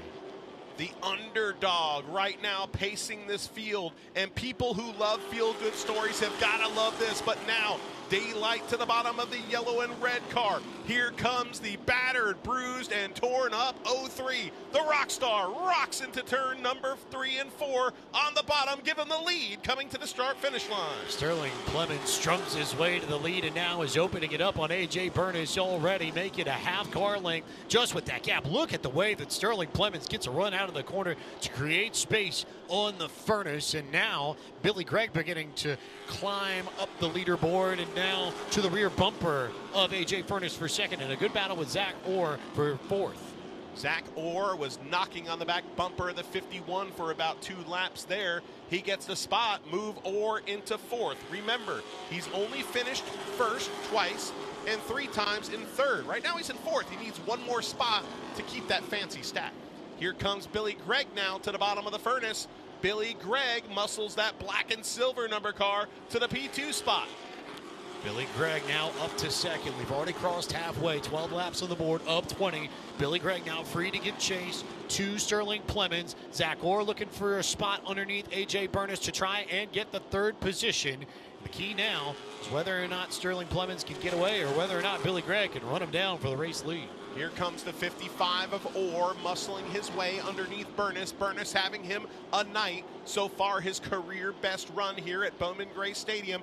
Can he hang on to it? Through the grass he goes. Contact with Austin Taylor. Now Austin Taylor slows a bit coming down the front straightaway.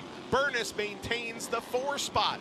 Move Brian Sykes Sr. into the 5 spot. Austin Taylor definitely with problems, may need to come to pit road, may end up being a yellow if he can't get to pit road. We'll see whether or not he makes the turn.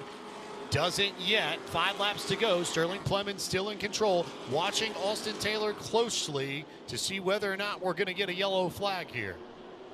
And he's going to pull it off into, well, almost pulled it off into the infield, but parks it right by start finish, brings out the yellow. That is the last thing Sterling Clemens wanted to see, because now that gap that he had to Billy Gregg completely wiped out, and we're going to have a restart to try and sort this second Sportsman Division feature out. Well, it looks like that number 5 car was running really hot. You see the steam pouring out of that overflow right now, that number 51. It probably got a little too hot, and he either had to shut it down or it shut down on its own. But great to see Austin Taylor, somebody who does so much in the sport. People don't realize what he does in this sport for so many people, whether it's spotting or racing a race car. But a great family here at Bowman Gray Stadium. And now the night appears to be over for the 51.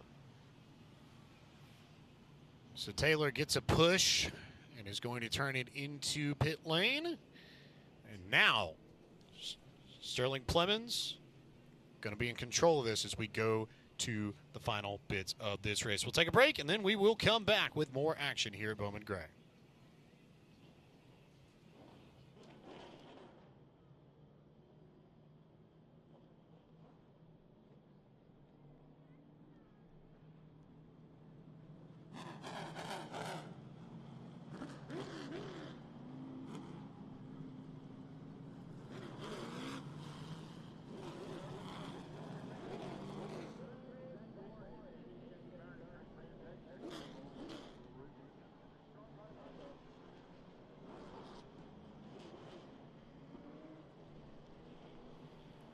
We are back here at Bowman Gray Stadium. 5 laps to go for the Sportsman race number 2. This is going to be a wild one. Sterling Clemens is your leader now, gets a bumper full from the show. Billy Gregg to the bottom. The race is on for the lead in the north turn. You know, Sterling Clemens would love to pay that back. The problem is he might not have the opportunity because Zach Orr may take advantage of the gap and gets a second. There goes Orr to the inside of Sterling Clemens, trying to take away the runner-up spot and go give chase to Billy Gregg. Still a battle for second as they enter the north turn, and that is everything that Billy Gregg will want to see and then some as Orr finally makes the pass. Can Orr pull off the sweep? It's been done before in the sportsman ranks here at Bowman Gray Stadium. Now he will have 2 laps to go to get by Billy Gregg to win both races of the night. Can Zach Orr make up this gap? Is the 55 just a little bit faster than the 98? 3 more sets of corners here. 1 more lap. White flag is out for Billy Gregg. Billy Gregg, one of the all-time greats here at Bowman Gray Stadium. Can he hang on? Now the 55 gets into him. Squirgly down the back stretch goes Billy Gregg into the north turn. Zach Orr gives him the bumper, but straight off the turn, give it to the veteran, Billy Gregg. He wins it. Billy Gregg victorious again. Another situation where Zach Orr had the opportunity to put more bumper to Billy Gregg if he wanted to and chose not to. And Billy Gregg will walk away with the victory, which I think the Gregg family will take after the way things panned out in that first race where Nate Gregg got called for the restart violation and protested mighty heavily against race control and the call that they made. The Greggs here back in victory lane to close out the night on the sportsman side. Career win number 27 for Billy Gregg. Now his 6th sportsman win reties him, I believe, with his son, Nate Gregg, who is apparently not allowed to compete in this second race. Very, very interesting shakeup here atop the division. We assume Billy Gregg will leave this weekend as the points leader again. Now he goes for the donuts, the BGR Velocita machine, micro armor on board, Rocket Donkey celebrating here on the east side of the Speedway. It is the 90th win for the Gregg family in competition at Bowman Gray Stadium. It is the 6th most wins on the all-time families wins list here at the Madhouse. You know, I think of Ricky Gregg, somebody that just doesn't get talked about a lot, because we didn't have flow broadcasts back then. But if you're in the Bowman Gray circle, you remember that name, and you remember Billy Gregg, not as the veteran that he is today, but a great family. Let's go down to Victory Lane, because this is going to be a wild one. The show has done it. Billy Gregg about to climb out of the cockpit. We'll have a brief word with him just a moment. Billy Gregg.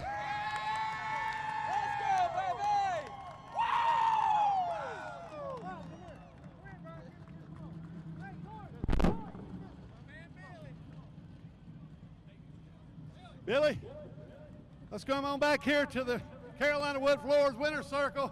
We'll go right up here, have a word with you.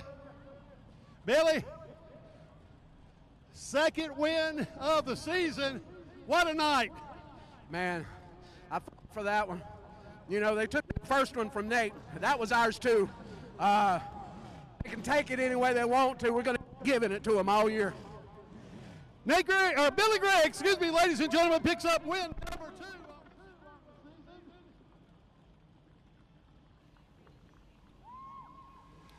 No prisoners taken from Billy Gregg. We're going to give it to him all year. Wait and see how that pans out in the sportsman division. We'll be back on the other side of this. We've got more racing for the Brad's Golf Cars Modifieds coming up from Bowman Gray.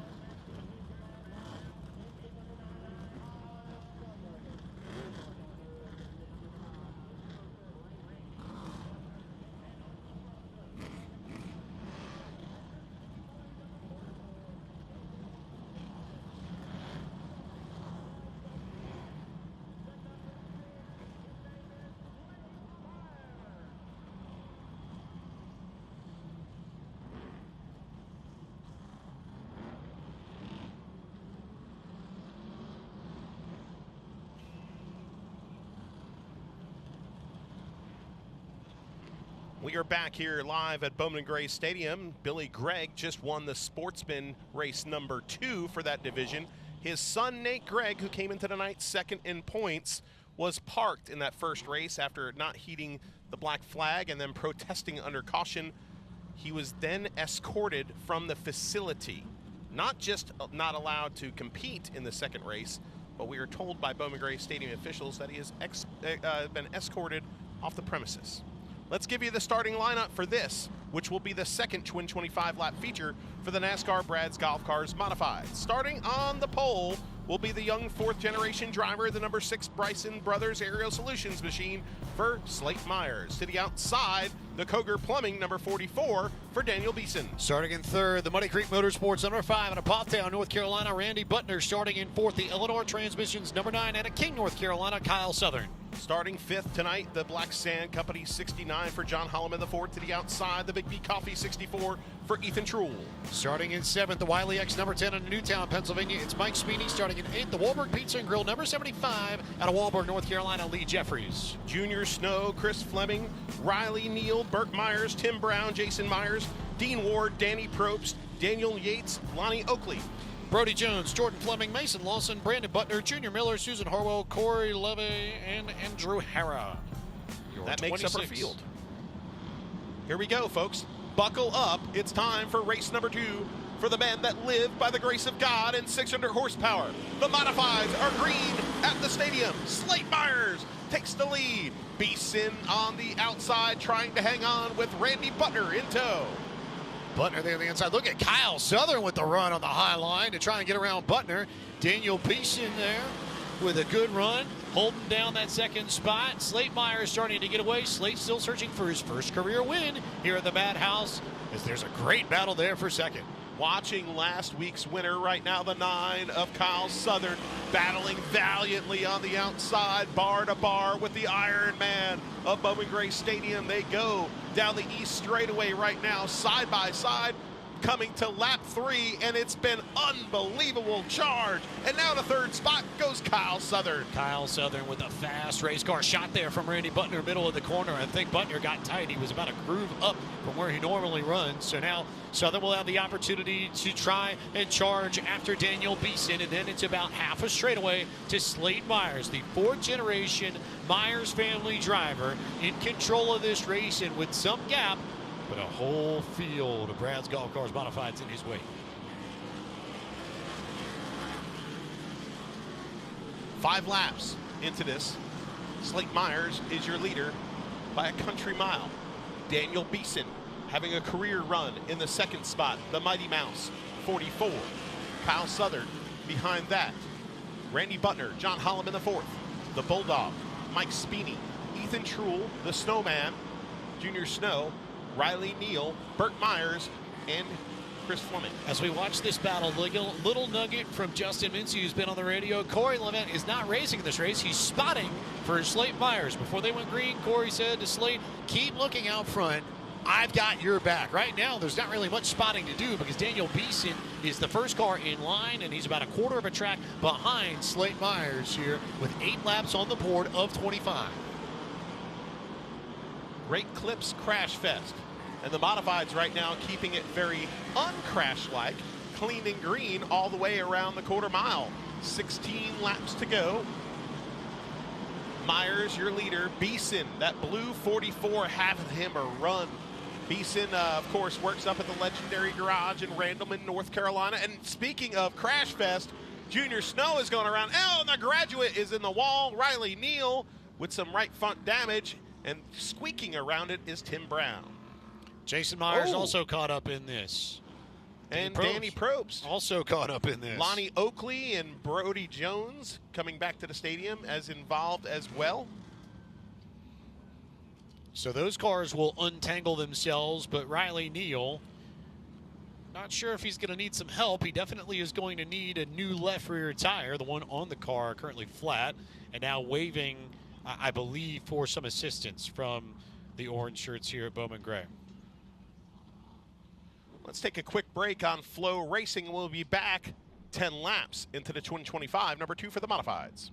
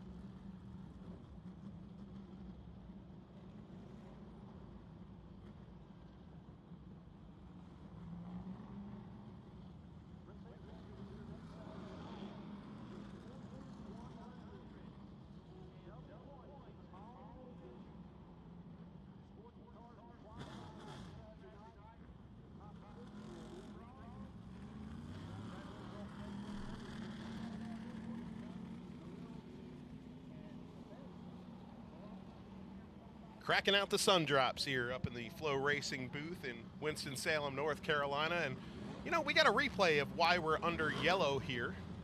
I'd like to see this Hudson Auto Works replay. And you see right there on your screen to the right, a little contact between the 07 of Riley Neal and Junior Snow. And then just as it looked like Riley Neal tried to get back in the gas, he was in the marbles. For as much as the back end of this field was nose to tail, I almost feel like something like that was inevitable. Somebody was going to stack up, and then one was going to become two, was going to become three. The accordion effect, I think, is most pronounced in these modified cars compared to any other division here at the stadium. So when somebody gets stacked up in the middle of the corner, not a huge shocker if you see it affect the cars, 4 or 5 or maybe 6 on back from where the initial incident occurred. Well, the fun thing was there, the 07, when he tried to hop back in the gas, he was in the marbles. And, folks, when I say that, I often think, do the fans at home even know what that means? Okay, outside of the groove, the tires kind of shred on these cars, and little nuggets, little chicken nuggets of tire chunks come off the cars, and they usually land and bounce into the groove that's not being used. The groove that's being used by the race cars is usually really clean and sticky. And then above that goes kind of the trash, okay? The marbles, the chunks of tires. So when you get out of that black area that you see on the racetrack there into that light gray area, there's these little marbles and beads and chunks of rubber, and it makes it really hard for these guys when they apply the throttle. More power in these deals and these cars than any other cars here at the stadium. So easy to see them fishtail. You can get these cars loose just by applying too much throttle on corner exit. And if you ever come here to the stadium and you have the opportunity to sit over right about where these fans are at the bottom of the stands in turn 2, if you watch them exit the corner, you can see just how much these cars will wiggle and fishtail and what kind of dance it is just to gradually roll back into the throttle and get these cars to go down the straightaway. You think it's easy, but there's so much power behind these cars and their rear-wheel drive as well. So all that power coming from the rear tires can be a little bit of a handful if you're not careful. You just have to watch and be mindful here. As the lights are still on the modern Chevrolet pace car. Slade Myers has led all of the 11 laps so far in the second Twin 25 for the Brad's Golf Cars Modifieds. Daniel Beeson second. Kyle Southern had to fight a little bit to get around Randy Butner and then didn't really have the pace to go catch Daniel Beeson after working the outside. So I wonder whether or not there's some good that's been burnt off of Kyle Southern's tires. I also wonder to what degree somebody like a John Holloman or a Mike Speeney or an Ethan Truel or a Burt Myers or a Tim Brown, how much have they been saving with the thought process that maybe we might see a caution at some point in this race? That's a good point, bud. Very good point. Crystal ball's useful every once in a while, You have a crystal ball? I wish I did. I just have a bucket of little donuts. That's all I have. Oh, that's better. I've enjoyed that break while you're talking there. Between the two, you win that battle. Sun drop and little donuts. 11 laps into the modified Twin 25 number 2 tonight at Bowman Gray Stadium. Back to the green flag. A little shot from the back bumper to the back bumper of Slate Myers from Daniel Beeson. Beeson now putting on the charge, gets a little bumper, but here's some daylight for Slate Myers as he stretches out that lead. Kyle Southern has the ability to be the straw that stirs this drink. Does he do that with Daniel Beeson immediately? Beeson's running about half a line up the racetrack. Contact there in the middle of the corner. Southern wants to get win number 2. It took him a long time to get win number 1. Now stacking up like an accordion. Further back in the field, Lee Jeffries sideways into the grass, but we stay green flag racing halfway down this modified Twin 25. You know everybody in the Myers brothers camp biting their fingernails. They know what's on the line for Slate Myers here. Potential history in the making yet again if he can hang on for the next 11 laps or so, as Kyle Southern is all over Daniel Beeson for second. Kim Myers just below us. Her hands are on her head. She has now gone to prayer. Her young boy, 17 years old, is leading his modified race here. A week before his high school graduation, he is your leader on Flow Racing. The battle is on for that second spot, though, however. That's where everybody is looking. Kyle Southern trying to get around Daniel Beeson. They move the lap machine out of the way. Daniel Beeson has not given up that second spot yet. He is the best friend of Slate Myers right now because he is holding up Kyle Southern, and Southern now is starting to run out of time to go chase down Slate Myers, coming to 6 laps to go here. 6 laps to go for the number 6, Slate Myers. Split screen showing you the battle for second. Kyle Southern still applying pressure to Daniel Beeson's car. Beeson having a career night in that blue number 44 Koger Plumbing car. Randy Butner just behind them. 20 laps on the board as they come across the stripe. 5 to go now for Slate Myers. Really good battle with John Holloman. And then, Mike Speeney's in trouble. Mike Speeney's broken. Mike Speeney's right front. Heavy sparks into the fence. Over in the south turn. NC811.org. Caution out yet again. Contact between he and John Holloman caused that. Speeney got underneath Holloman in the north turn. They made contact, but the contact didn't go bar to bar. It went bar to tire. That tire was cut down before he crossed the start-finish line, and he knew he was in trouble, tried to get on the brakes, and tried to slow that car down before it was imminent that it took the hard hit into the turn 1 wall. That is your points leader going behind the wall, and let's see what happened. You see it right here. He moved him up, gets underneath him right there, popped the tire. You see it down. Now he goes into the turn, hits the brakes, and hits the wall. Never really had a chance to slow that car down when you've got a front tire down like that, and especially as you're coming off of a corner where you're gassing it up already. You can ride the brakes as best you can. There's only so much you can do. So, if anything, I think impressive from Mike Speeney to sort of bounce it into the fence and not damage that car as much as it could have been. Holloman came into the night third in points. Speeney came into the night in the lead. This is the second race, so obviously we had that little, the first race. So things are going to get shaken up here with Speeney going to the pits and still a lot of modifieds on this racetrack. 1 to go from the modern Chevrolet pace car and the flag stand. 17 modifieds on the track right now. If Speeney can return and get a right front, he would return in 18th. Yes, he does. Your points leader is back on the track. Speeney tagging the tail of the field. Restart will be with 4 to go. Pace car down to its place in the north turn. Slate Myers still in control of this. Green flag back out once again. Can Kyle Southern force the issue with Daniel Beeson? Contact in the middle of the corner. Stacks up everybody amongst the top 5. Slate Myers now gapping by about a car length there down the back straightaway. Now with a little bit of breathing room. He's faster than Beeson. Can Southern make a move, or do we get a yellow? That's the question. 22 laps on the board. Oh, Southern dipping below the grass. A very tough moment for him. Great save by Southern trying to get around Beeson. 2 laps to go. Slate Myers in control of this. Now almost a quarter of a straightaway clear again. White flag out, and a watershed moment imminent if we stay green. One more trip around the famed quarter mile. We've heard this with his uncle, with his father, with his grandfather, his great uncle. Destiny fulfilled tonight. The number 6 Slate Myers, you're a winner at Bowman Gray Stadium. The 4th generation of Myers families to win at the Madhouse. The 145th driver in the history of Bowman Gray Stadium to claim a victory in a feature event race, and the youngest modified winner at Bowman Gray Stadium ever.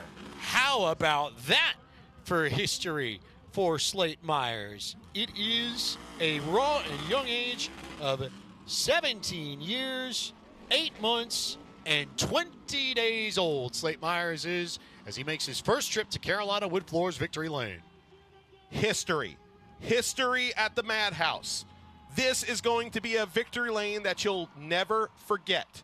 The 242nd time a Myers has graced victory lane in front of Winston-Salem's finest.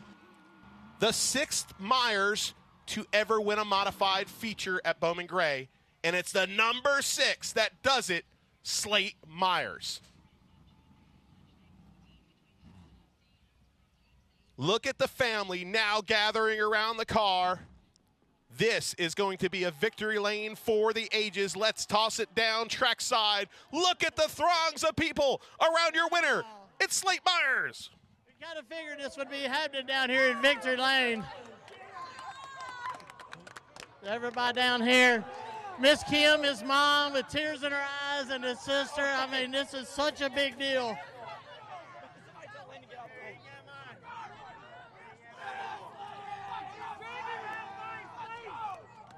Jason Myers.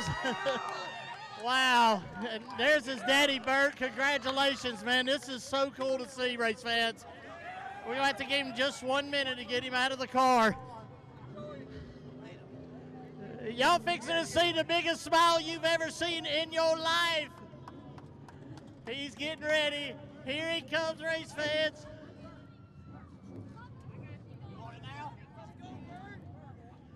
Here he is, buddy!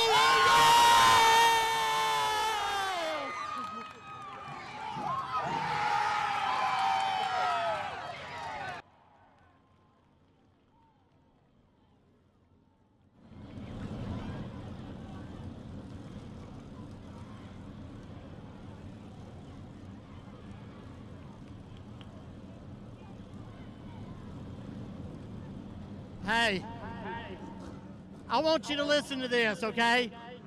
Let him hear you!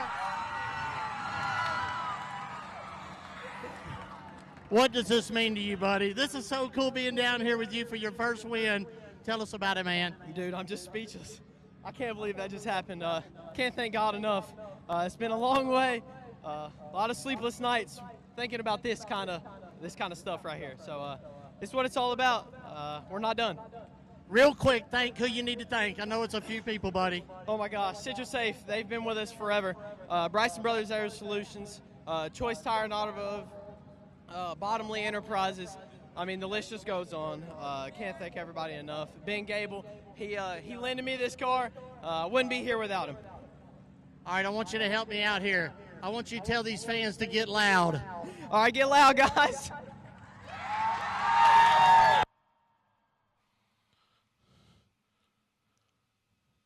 When his dad would win championships here, you'd always see a little boy holding up a number, whether it was 7, 8, 9, or 10, whatever the championship number that Bert would win. Right now, that little boy just visited Victory Lane like his father, his hero, his uncle, and all the Myers generations before him. What a night, and we're not done yet. Guess what is up next? The Wild, the Woolly, the Street Stocks are up next for their feature event. Great Clips Crash Fest carries on.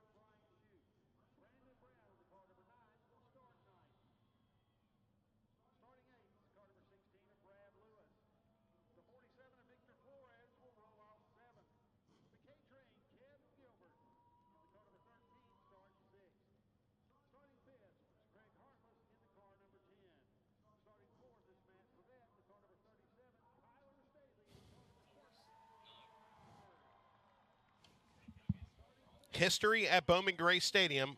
Victory Lane is still going on. That's because young Slate Myers, 17-year-old Slate Myers, has made motorsports history. American motorsports history has yet to ever see a fourth-generation winner at Bowman Gray Stadium. It's only seen one fourth-generation winner in maybe history, and that would be Adam Petty. But besides Adam Petty, I do not know of any other fourth-generation race car driver in this country that has ever won. Question for you. See if people could chime in. Hit us up on social media. But a great moment here, and this is a victory lane that we're letting soak in.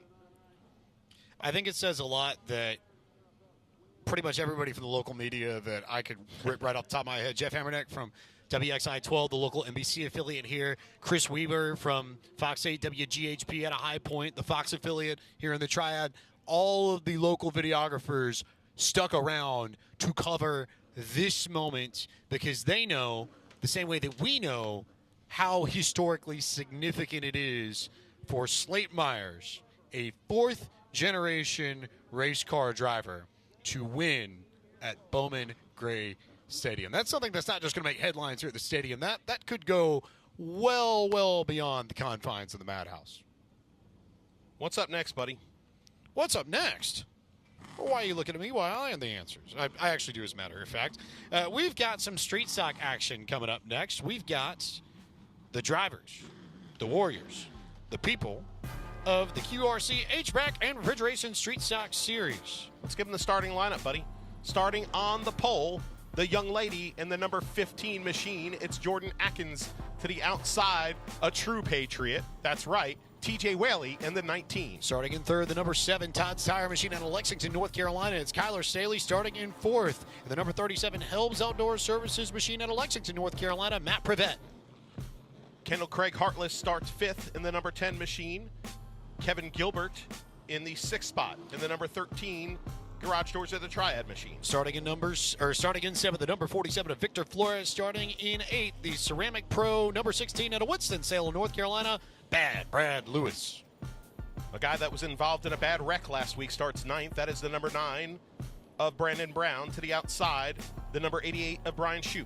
Starting at 11th, the number 21 Red Rooster Grill Machine out of Louisville, North Carolina. It's Wes Glasgow starting in 12th out of Lexington, North Carolina. And the Privacy Fence Solutions number 8, Braden Staley. Starting in lucky 13 is the Mule Skinner Trucking number 00. That's the Moose. Donnie Martin to the outside, last week's winner of the 50 lapper. It's the Turn and Burn Hobbies 72 for Bryant Robertson. Starting in 15th at the War Construction and Remodeling number 30 out of Clemens, North Carolina, it's Zach Kogar. Starting in 16th at the Davis Water Service number 1 out of Trinity, North Carolina, Christian Joyce. The 35 of Andy Avery starts next, and the 98 of Jaden Cordell. Starting in 19th in the Wright Machine out of Winston-Salem, North Carolina, it's the 68 of Emily Lewis. And starting in 5th, it's the Electroforce car, the number 5 of Moxville, North Carolina, Connor Keaton. 25 of Chase Pierce, the last car on the grid. Chase Pierce making his debut here tonight. Won a Legends car race, a big one. Won an online race, an iRacing event, and earned this ride tonight in the Cooper Lowe 25, Billy Gregg wrenching on it. Now, Crash Fest for the Street Stalkers is green, and Jordan Atkins leads them into the south turn. Atkins there, Kyler Staley trying to get underneath, TJ Whaley, Kendall Craig Hartless with a good drive on the bottom, but the yellow flag is out. One car stuck in the middle of the north turn. It's Jaden Cordell. Cordell and the bad Brad Smith, Velocita number 98 in the infield grass.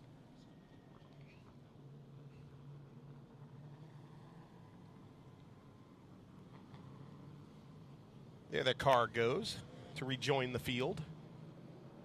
Jordan Atkins will line up and do it again. Jordan Atkins is not in her familiar number 23. She's in the 15 that is typically driven by T. Dawson.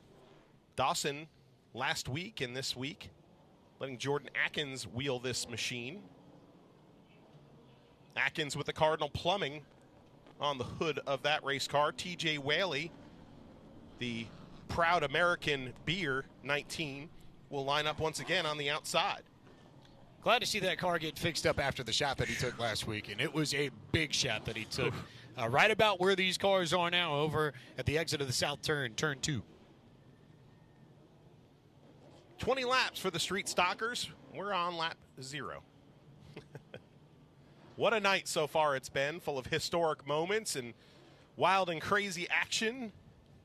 Drivers being escorted off facilities and a packed house of 16,000 here at the Madhouse.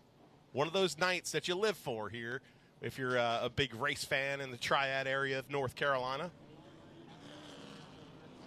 Lights are off. The modern Chevrolet Pace vehicle. So Jimmy Absher is going to have the opportunity to pull it back into its place. Right in the middle of the north turn. We're going to go for a full restart on this race. Big 0 up on the board when it comes to the lap count. 0 wins for the 2 cars on the front row. They are looking for their first at the stadium. Can they keep that streak alive with Slate Myers winning his first? Jordan Atkins the first to the loud pedal. TJ Whaley now trying to get to the bottom. But here comes Kyler Staley filling the hole. The 19 slideways through the south turn. Kendall Craig Hartless ramps the number 19 and all clean. And Kyler Staley now into the tire barrier. He stopped it before he got to the tire barrier, thank goodness, but he broke. The fender on Craig Hartless's machine is caved in a little bit on that right front. TJ Whaley is going, I mean, how many more body panels do I have to replace here? Has to hang on to it. I couldn't see if Kyler made contact with anything or anyone to break something on that car.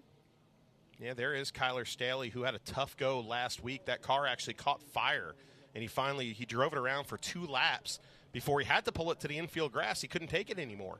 And now let's look at the Flow Racing replay, and you see Whaley right there.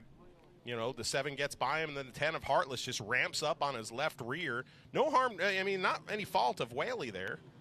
And then there you see Staley. You'll see it right here. Lock up the brakes. Good job keeping it out of the Koger plumbing tires.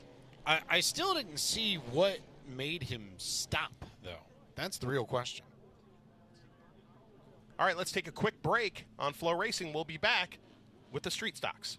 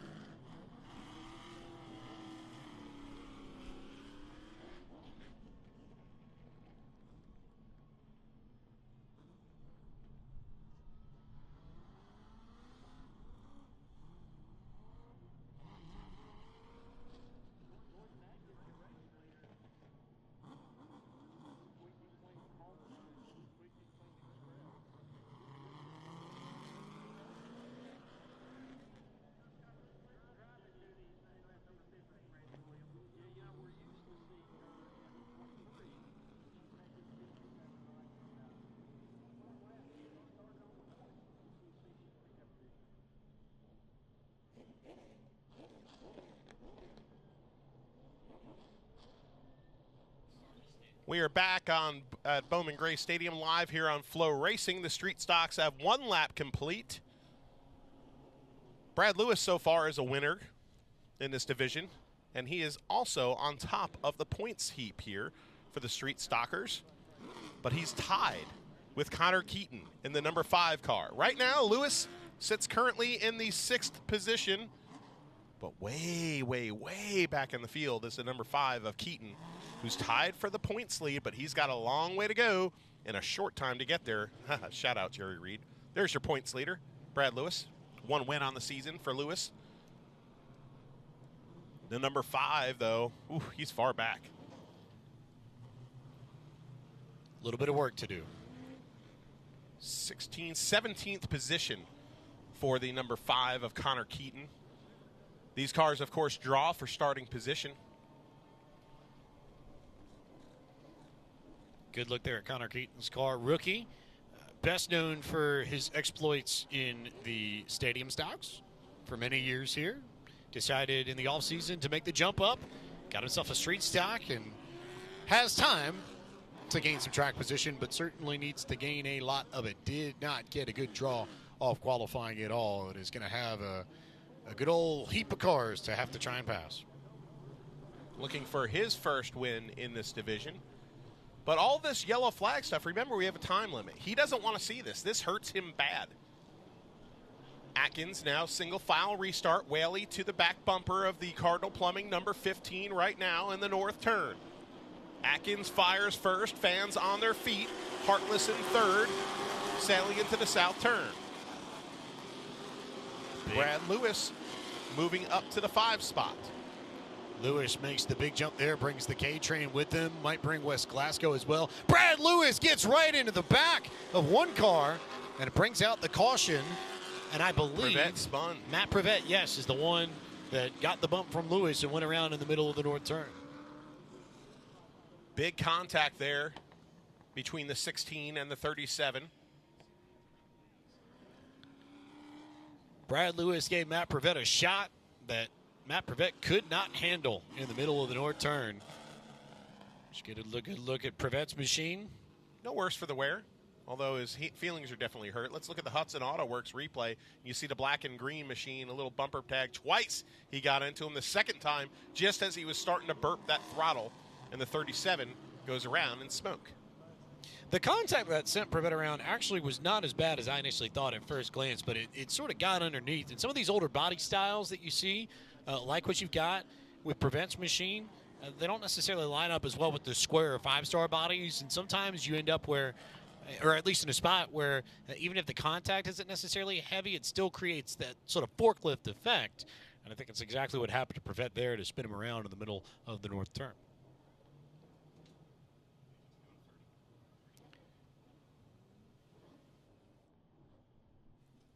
Let's take a quick break on Flow Racing. We'll be back here 3 laps into the street stock race.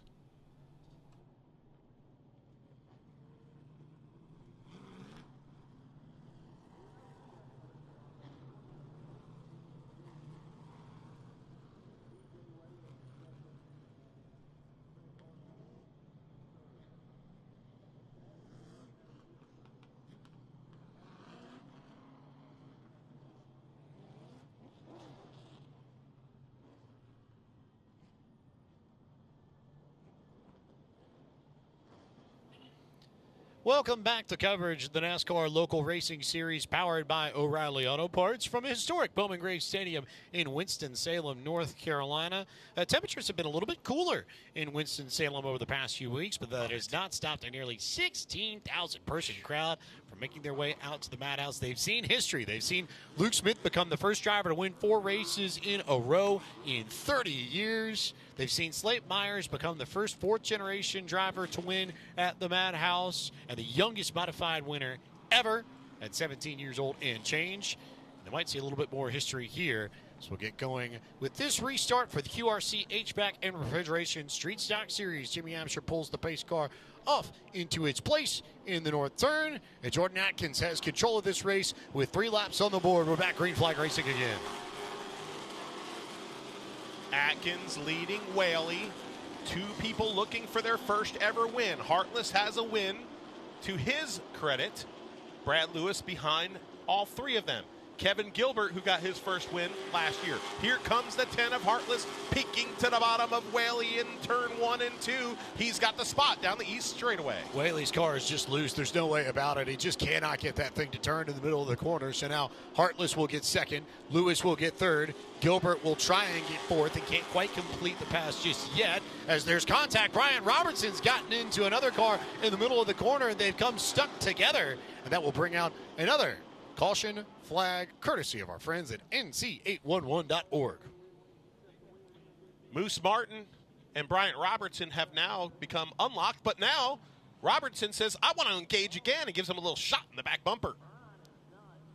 Flat or left rear, rather, for Moose Martin.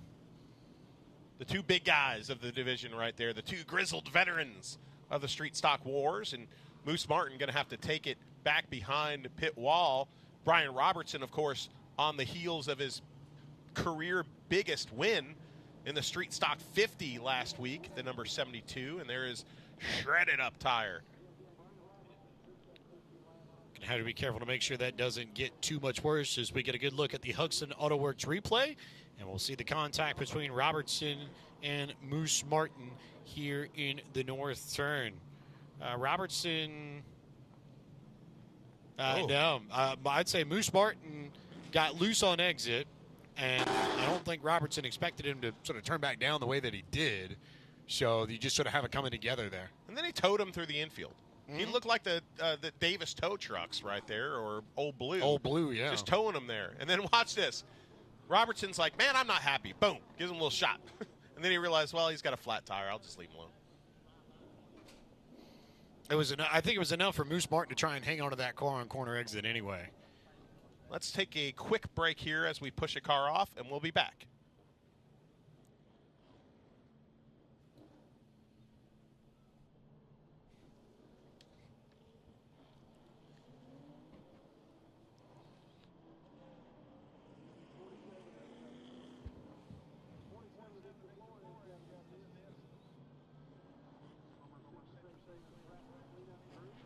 Hey,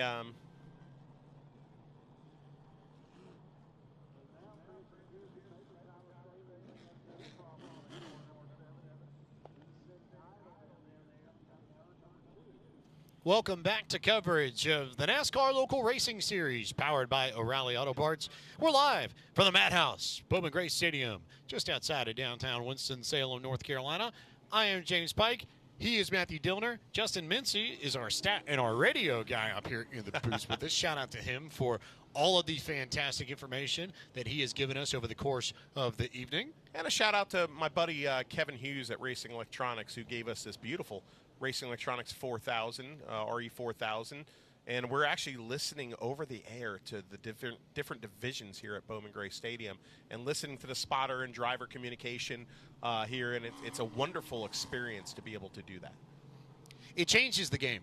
It sure does. I brought my kid to cup races, and, those are long races. If he didn't sit there with radios on and listen to the intricacies of the communication between the teams, I don't know if he would be bored. It's racing. It's not boring. But that just adds that layer to it that just can just intrigue someone of any age. You learn a lot and you have a lot of fun. Yeah. Speaking from one of my other worlds, pit reporting for the ZMAX Car Store presented by Sound Gear, I am plugged into scanner channels all evening long when we go run those races, and you learn a lot about teams, about drivers, about the series piece by piece.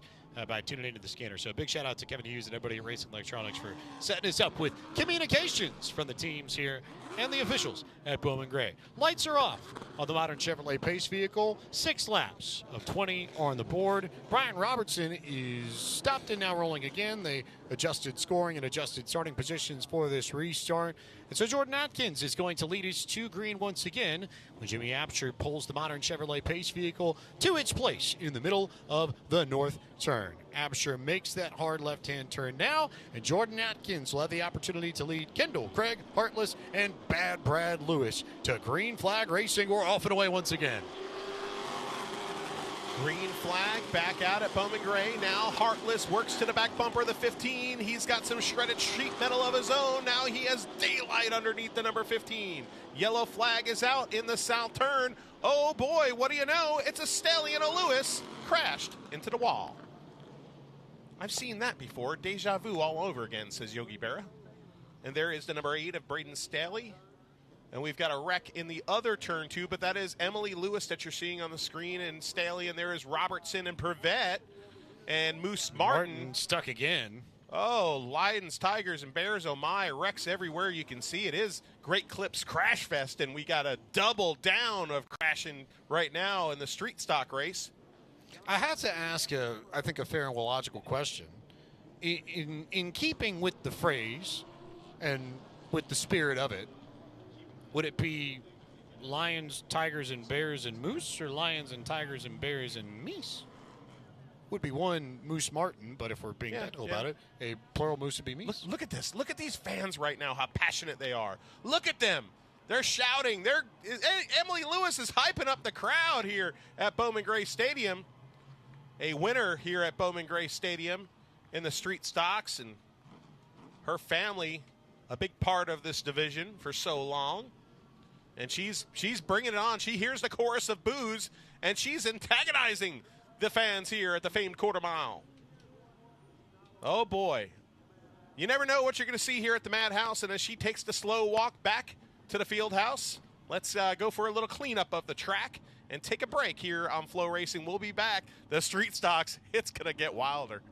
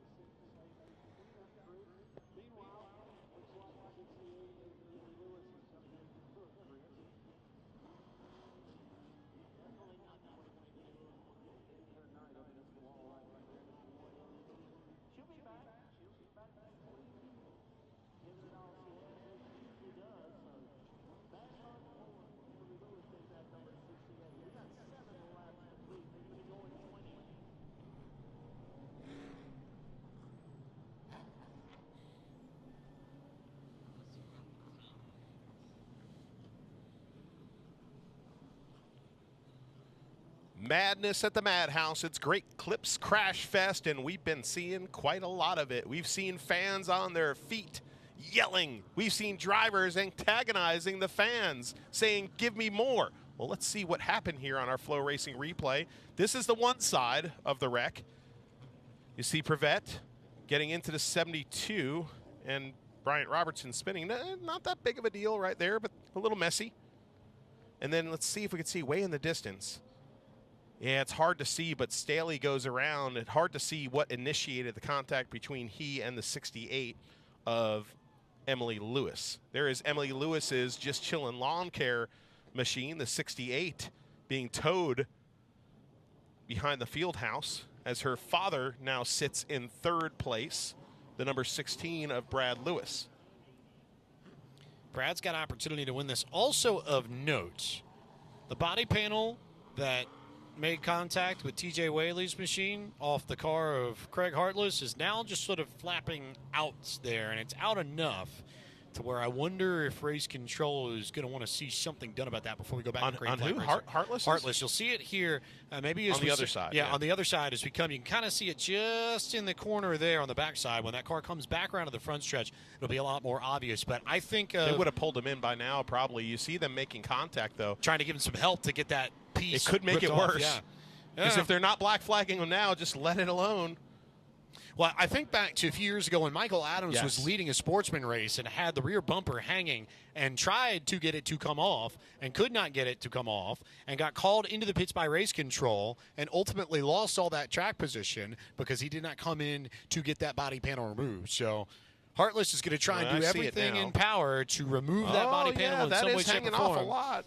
That's enough to where, I'll put it this way, if I were up in the tower, I'd certainly be looking at something, and right on cue, they are black flagging Heartless to get that body panel removed before we go back to green flag racing. Well, you see the black flag from Chief Starter, Randy Smith, and that is heartbreak for Heartless. You were waiting on that one, weren't you? That just came out. Yeah, you know, with me, you don't know what's going to come out of my mouth. Usually, you know what's going into it. It's little donuts and sun drop, and things like that. Very S&P lemonade. Very predictable. No S&P lemonade tonight. Seth is so busy slinging net and lemonade on the backstretch right now. I think, I think he's probably wore out right now. Of note, no stop yet for Heartless. There's your bingo card moment if you want it. They are going one to go. They did call Heartless in. Their black flag is still out. What is he going to do here? I guess we're going to get the restart, and if he doesn't eventually come in, they'll just stop scoring him? Yeah, but right now he's scored on the scoreboard as second. Right. But he hasn't been – his scoring card hasn't been pulled yet. So it looks like he's going to pull into the pits now. No, he's pulling in front. He's trying to protest this. We've seen how that ended with Nate Gregg. We've seen that with Michael Adams a few years ago as well. So he's trying to get the spot back. They're not going to go here. No, they won't. Well, they are.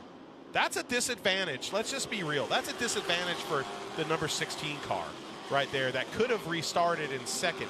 Now he's got Heartless, who's being black flagged in between them. That pretty much negates his chance at a win here. I have a feeling that we're going to see the black flag with the cross out in short order. Yeah, I mean, but should we have gone back to green there? That's a tough call for the officials there. We need to get this program on the road, but the drivers also need to heed. Oh, well, there's Brad Lewis is going to take care of it and just make things happen on his own. He's the judge and the jury right there. He said, you know what? This is getting close to the time limit, folks. Let's watch here. Jordan Atkins is your leader in a caution flag-filled street stock race. We will keep an eye here on the flag stand to see whether or not Jordan Atkins is going to get a checker. I see the flag in Randy Smith's hands. This race is going to end with a time limit. That means Jordan Atkins makes history, getting her first ever win at Bowman Gray Stadium and becomes the 6th ever female to win at the Madhouse. You see Brad Lewis coming over to give some congratulations. K-Train, Kevin Gilbert pulling alongside Jordan Atkins to show some love. TJ Whaley there. See Zach Koger going to come up and celebrate as well. A lot of people, I think, excited. Nice little bump there from Zach Koger in celebration to congratulate Jordan Atkins going to victory lane. Jordan Atkins didn't plan on racing this year, okay? She's trying to sell her number 23 car that she typically runs here. She decided to be a sponsor, okay? She's a small business owner, Squeaky Clean Express, and Squeaky Clean also now does home, has Home Pros where she does home cleaning. And she didn't think she was going to race this year. So this is not just unexpected for her that she's racing here again in T. Dawson's machine, but to actually come out now a winner, this is the surprise moment of the year in the street stock division. And now to make history. Look at it. Amber Lynn, we know she is the most, she's the leading lady of females at Bowman Gray Stadium, but Susan Kimmel and, Taylor Robbins, G.R. Merritt, Emily Lewis, who we just saw, and now adding her name to the list to grip that checkered flag at Bowman Gray. A great, great person right there, Jordan Atkins. Just continuing the night of milestones. That's been the theme all night long, so why stop now, right? Yeah.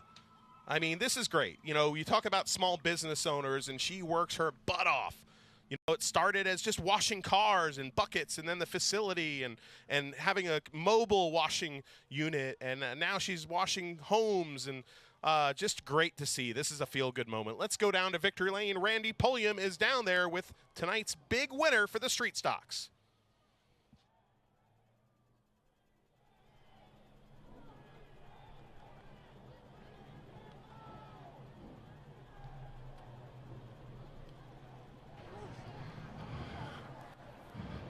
Jordan, get your helmet taken off. She'll be out in just a moment. We'll have just a brief moment to talk with Jordan about her first victory. Here she comes.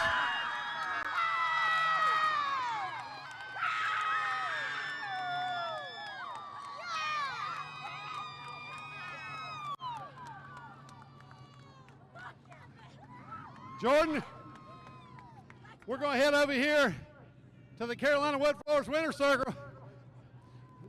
Jordan, your first career win. You stood up on that car. You've been talking about it on social media, getting that car. You're going to have to clean up that car with Squeaky Clean Express. Man, I'll tell you what, I drove the wheels off of that thing. I can't thank everybody enough, all the sponsors. Thank you, God. This is awesome. Thank you, everybody. You're trembling, Jordan. Congratulations. Jordan Atkins, ladies and gentlemen, picks up her very first win in the Street Stock Series.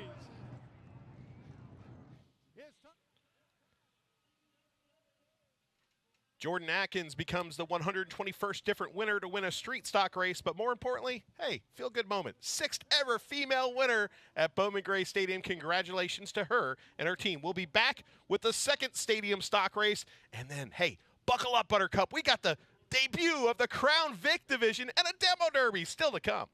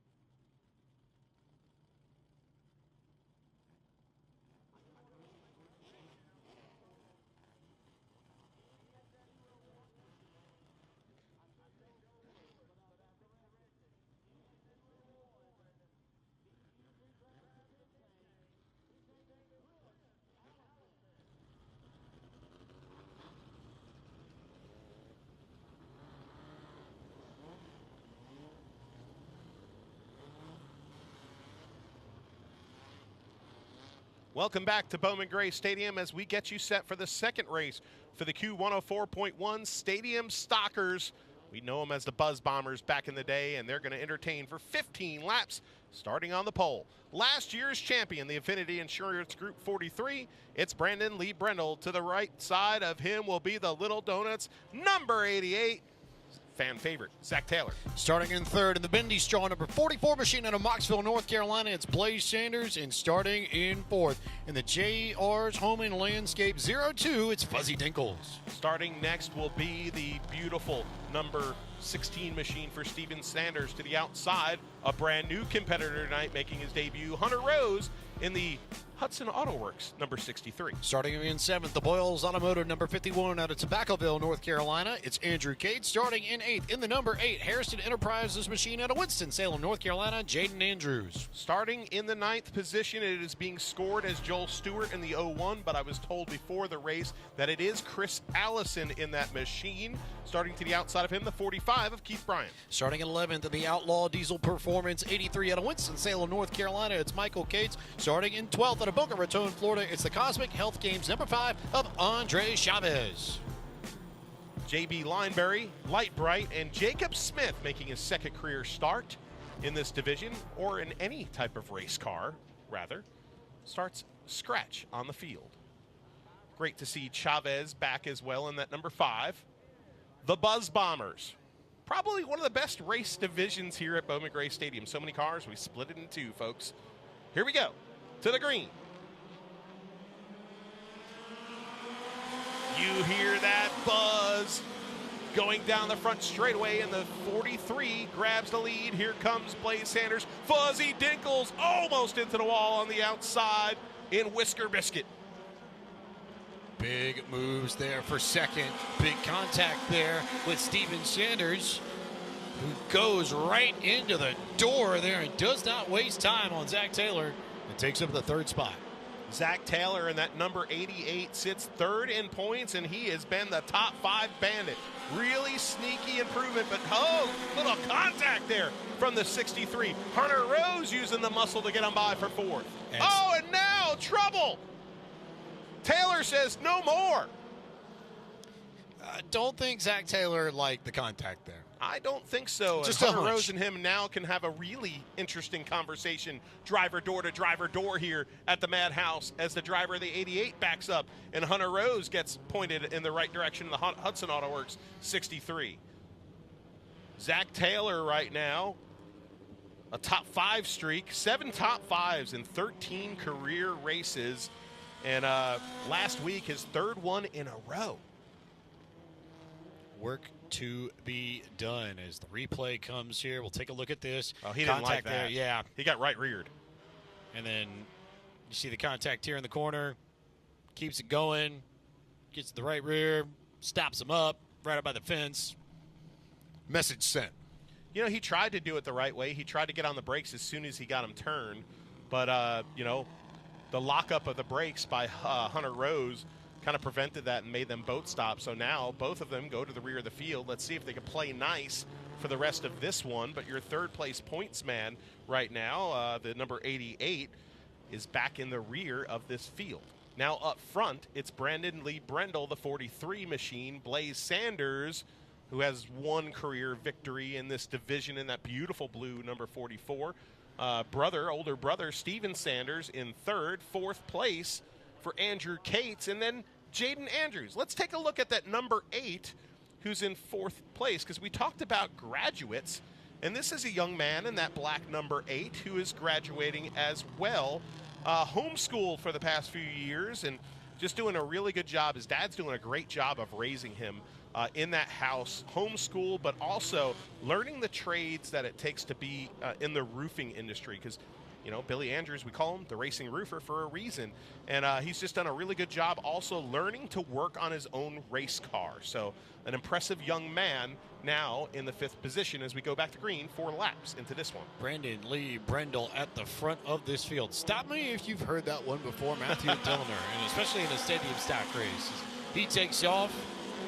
Now the battle is between the Sanders family. It's a good run there, though, for Jaden Andrews to get to 4th. Just at the back of this. And here comes Fuzzy Dinkles and Chris Allison moonlighting in the white number 01, but the battle is on between the brothers in turn 1 and turn number 2. Steven Sanders with the pink and white number 16 to the bottom. Gets by little brother. Give him the 2 spot.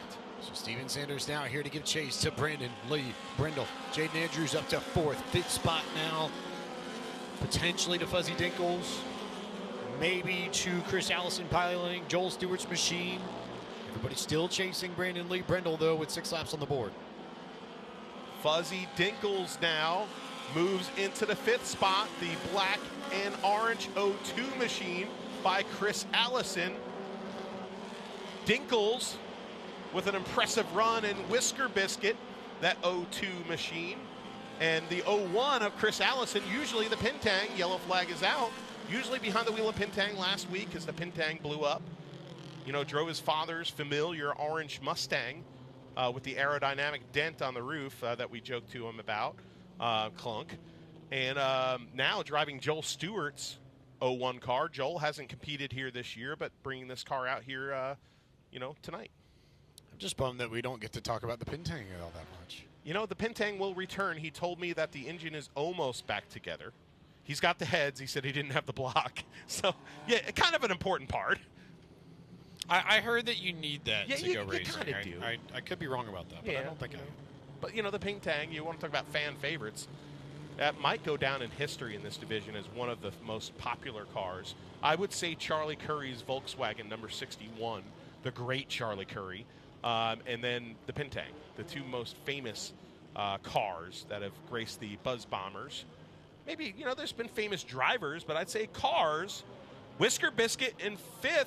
That could turn into a famous car. Green flag is back out. Well, Steven Sanders had the opportunity to keep pace with Brandon Lee Brendel. Track position is there. Is the car there? Is the driver there? Is the ability there? Brendel had a great run on the back straightaway.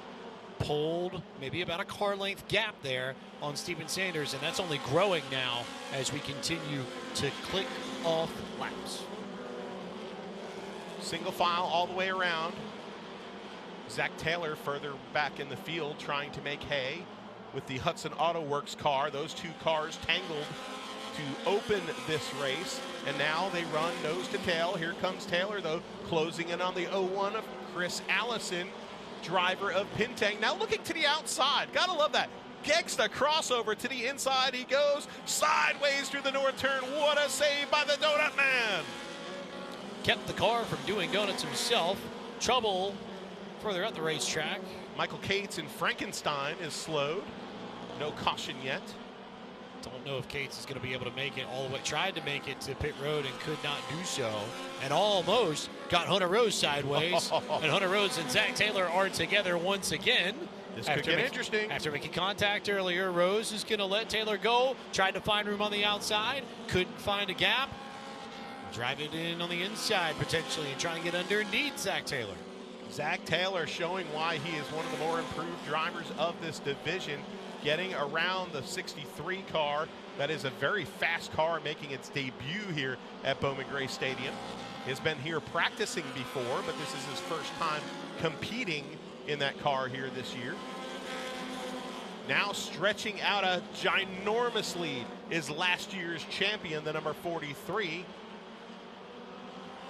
White flag out for Brandon Lee Brendel, who has opened up about a quarter of a lap on Steven Sanders. And even though there's contact a little bit further back between Jaden Andrews and company, it's not going to stop Brandon Lee Brendel from returning to Carolina Wood Floors Victory Lane in the Q104.1 Stadium Stocks. Brendel, Steven Sanders, Blaze Sanders, might be, is it no? Limeberry, I believe, is lap down. So Chris Allison, some theatrics after the race between the 88 and the 63, playing bumper tag on the back straightaway. Are those two drivers not happy with each other? The contact at the end of the race between Jaden Andrews and who was it that he wrecked with? It was Whisker Biscuit. Whisker Biscuit. Oh, man. So Fuzzy Dinkles was having him a career run until that happened. And tough finish for the graduate. 38th career stadium stock win for Brandon Lee Brendel. That ties Randy Moore and Chuck Wall for second all-time on the stadium stock wins list. So, again, milestones are a theme tonight, clearly. I thought graduation would be the theme, but really it's history. And a big surprise, we're at Bowman Gray Stadium, and we're seeing history around every turn of the page. But it doesn't come like it has tonight. Different every single night. It doesn't. And tonight we're seeing different. We're not just seeing these grand numbers of all-time wins and stuff like we did last year with Burt Myers and, of course, Tim Brown, the Rocket. We're seeing first-time winners and great moments like that. Female winner tonight as well with Jordan Atkins, but now pulling into Carolina Wood Floors Victory Lane. The Infinity Insurance Group machine, his son was 1-1 in a doubleheader in baseball today.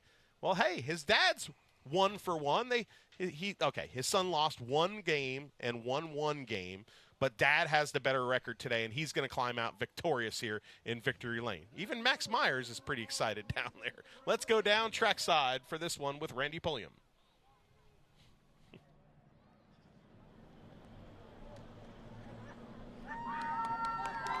Let him hear it, race fans. Brandon, we're going to go over here and talk the Carolina Wood Floors Winner's Circle.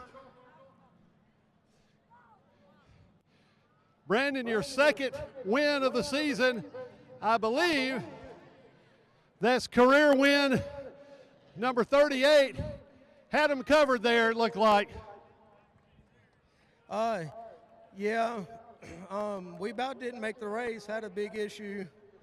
I couldn't do it without all the guys helping me, Chris Allison, Sean Blaine, Bobby Sapp. I want to thank Todd Barnhart with Infinity Insurance, Brick with Tar Heel Septic Solutions, Bad Brad with Velocita, Chad Chandler with Chandler Home Improvement, Kendall Griffin with G Engineering Race Engines. Without them, I couldn't do it, and just want to thank them. Congratulations to Brandon Brendel.